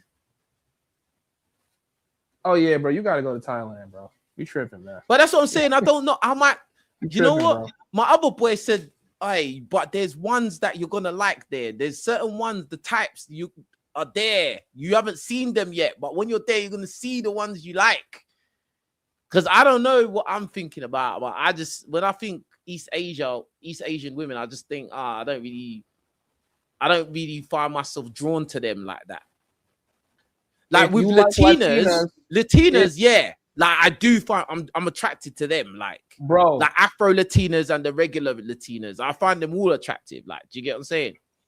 I'm gonna DM you some. There are girls in Thailand, and first of all, they don't do biracial. That BBL. No, I'm talking about straight Thai chicks. They're built like Colombianas. It's not a lot of them, but they have them out there where it's like, I didn't even know Asian women could be walking around with a dump truck like that. Like, is that even like? Are you fully Thai? Like, it's bro. It's crazy, bro. It's crazy, bro.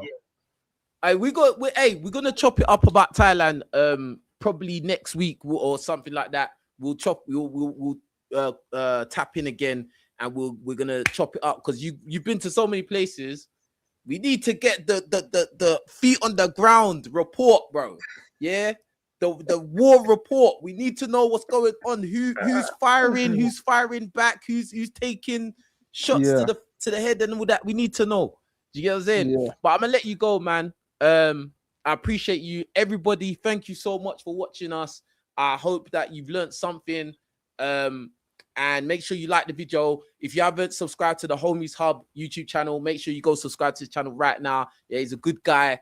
And yeah, just support everything we're doing, man, because it's real. We're just keeping it 300% Sparta. Yeah. But anyway, that being said, appreciate you, my brother. And we'll be back again soon. You lot take care of yourselves. My G, I appreciate it. Thank you. All right.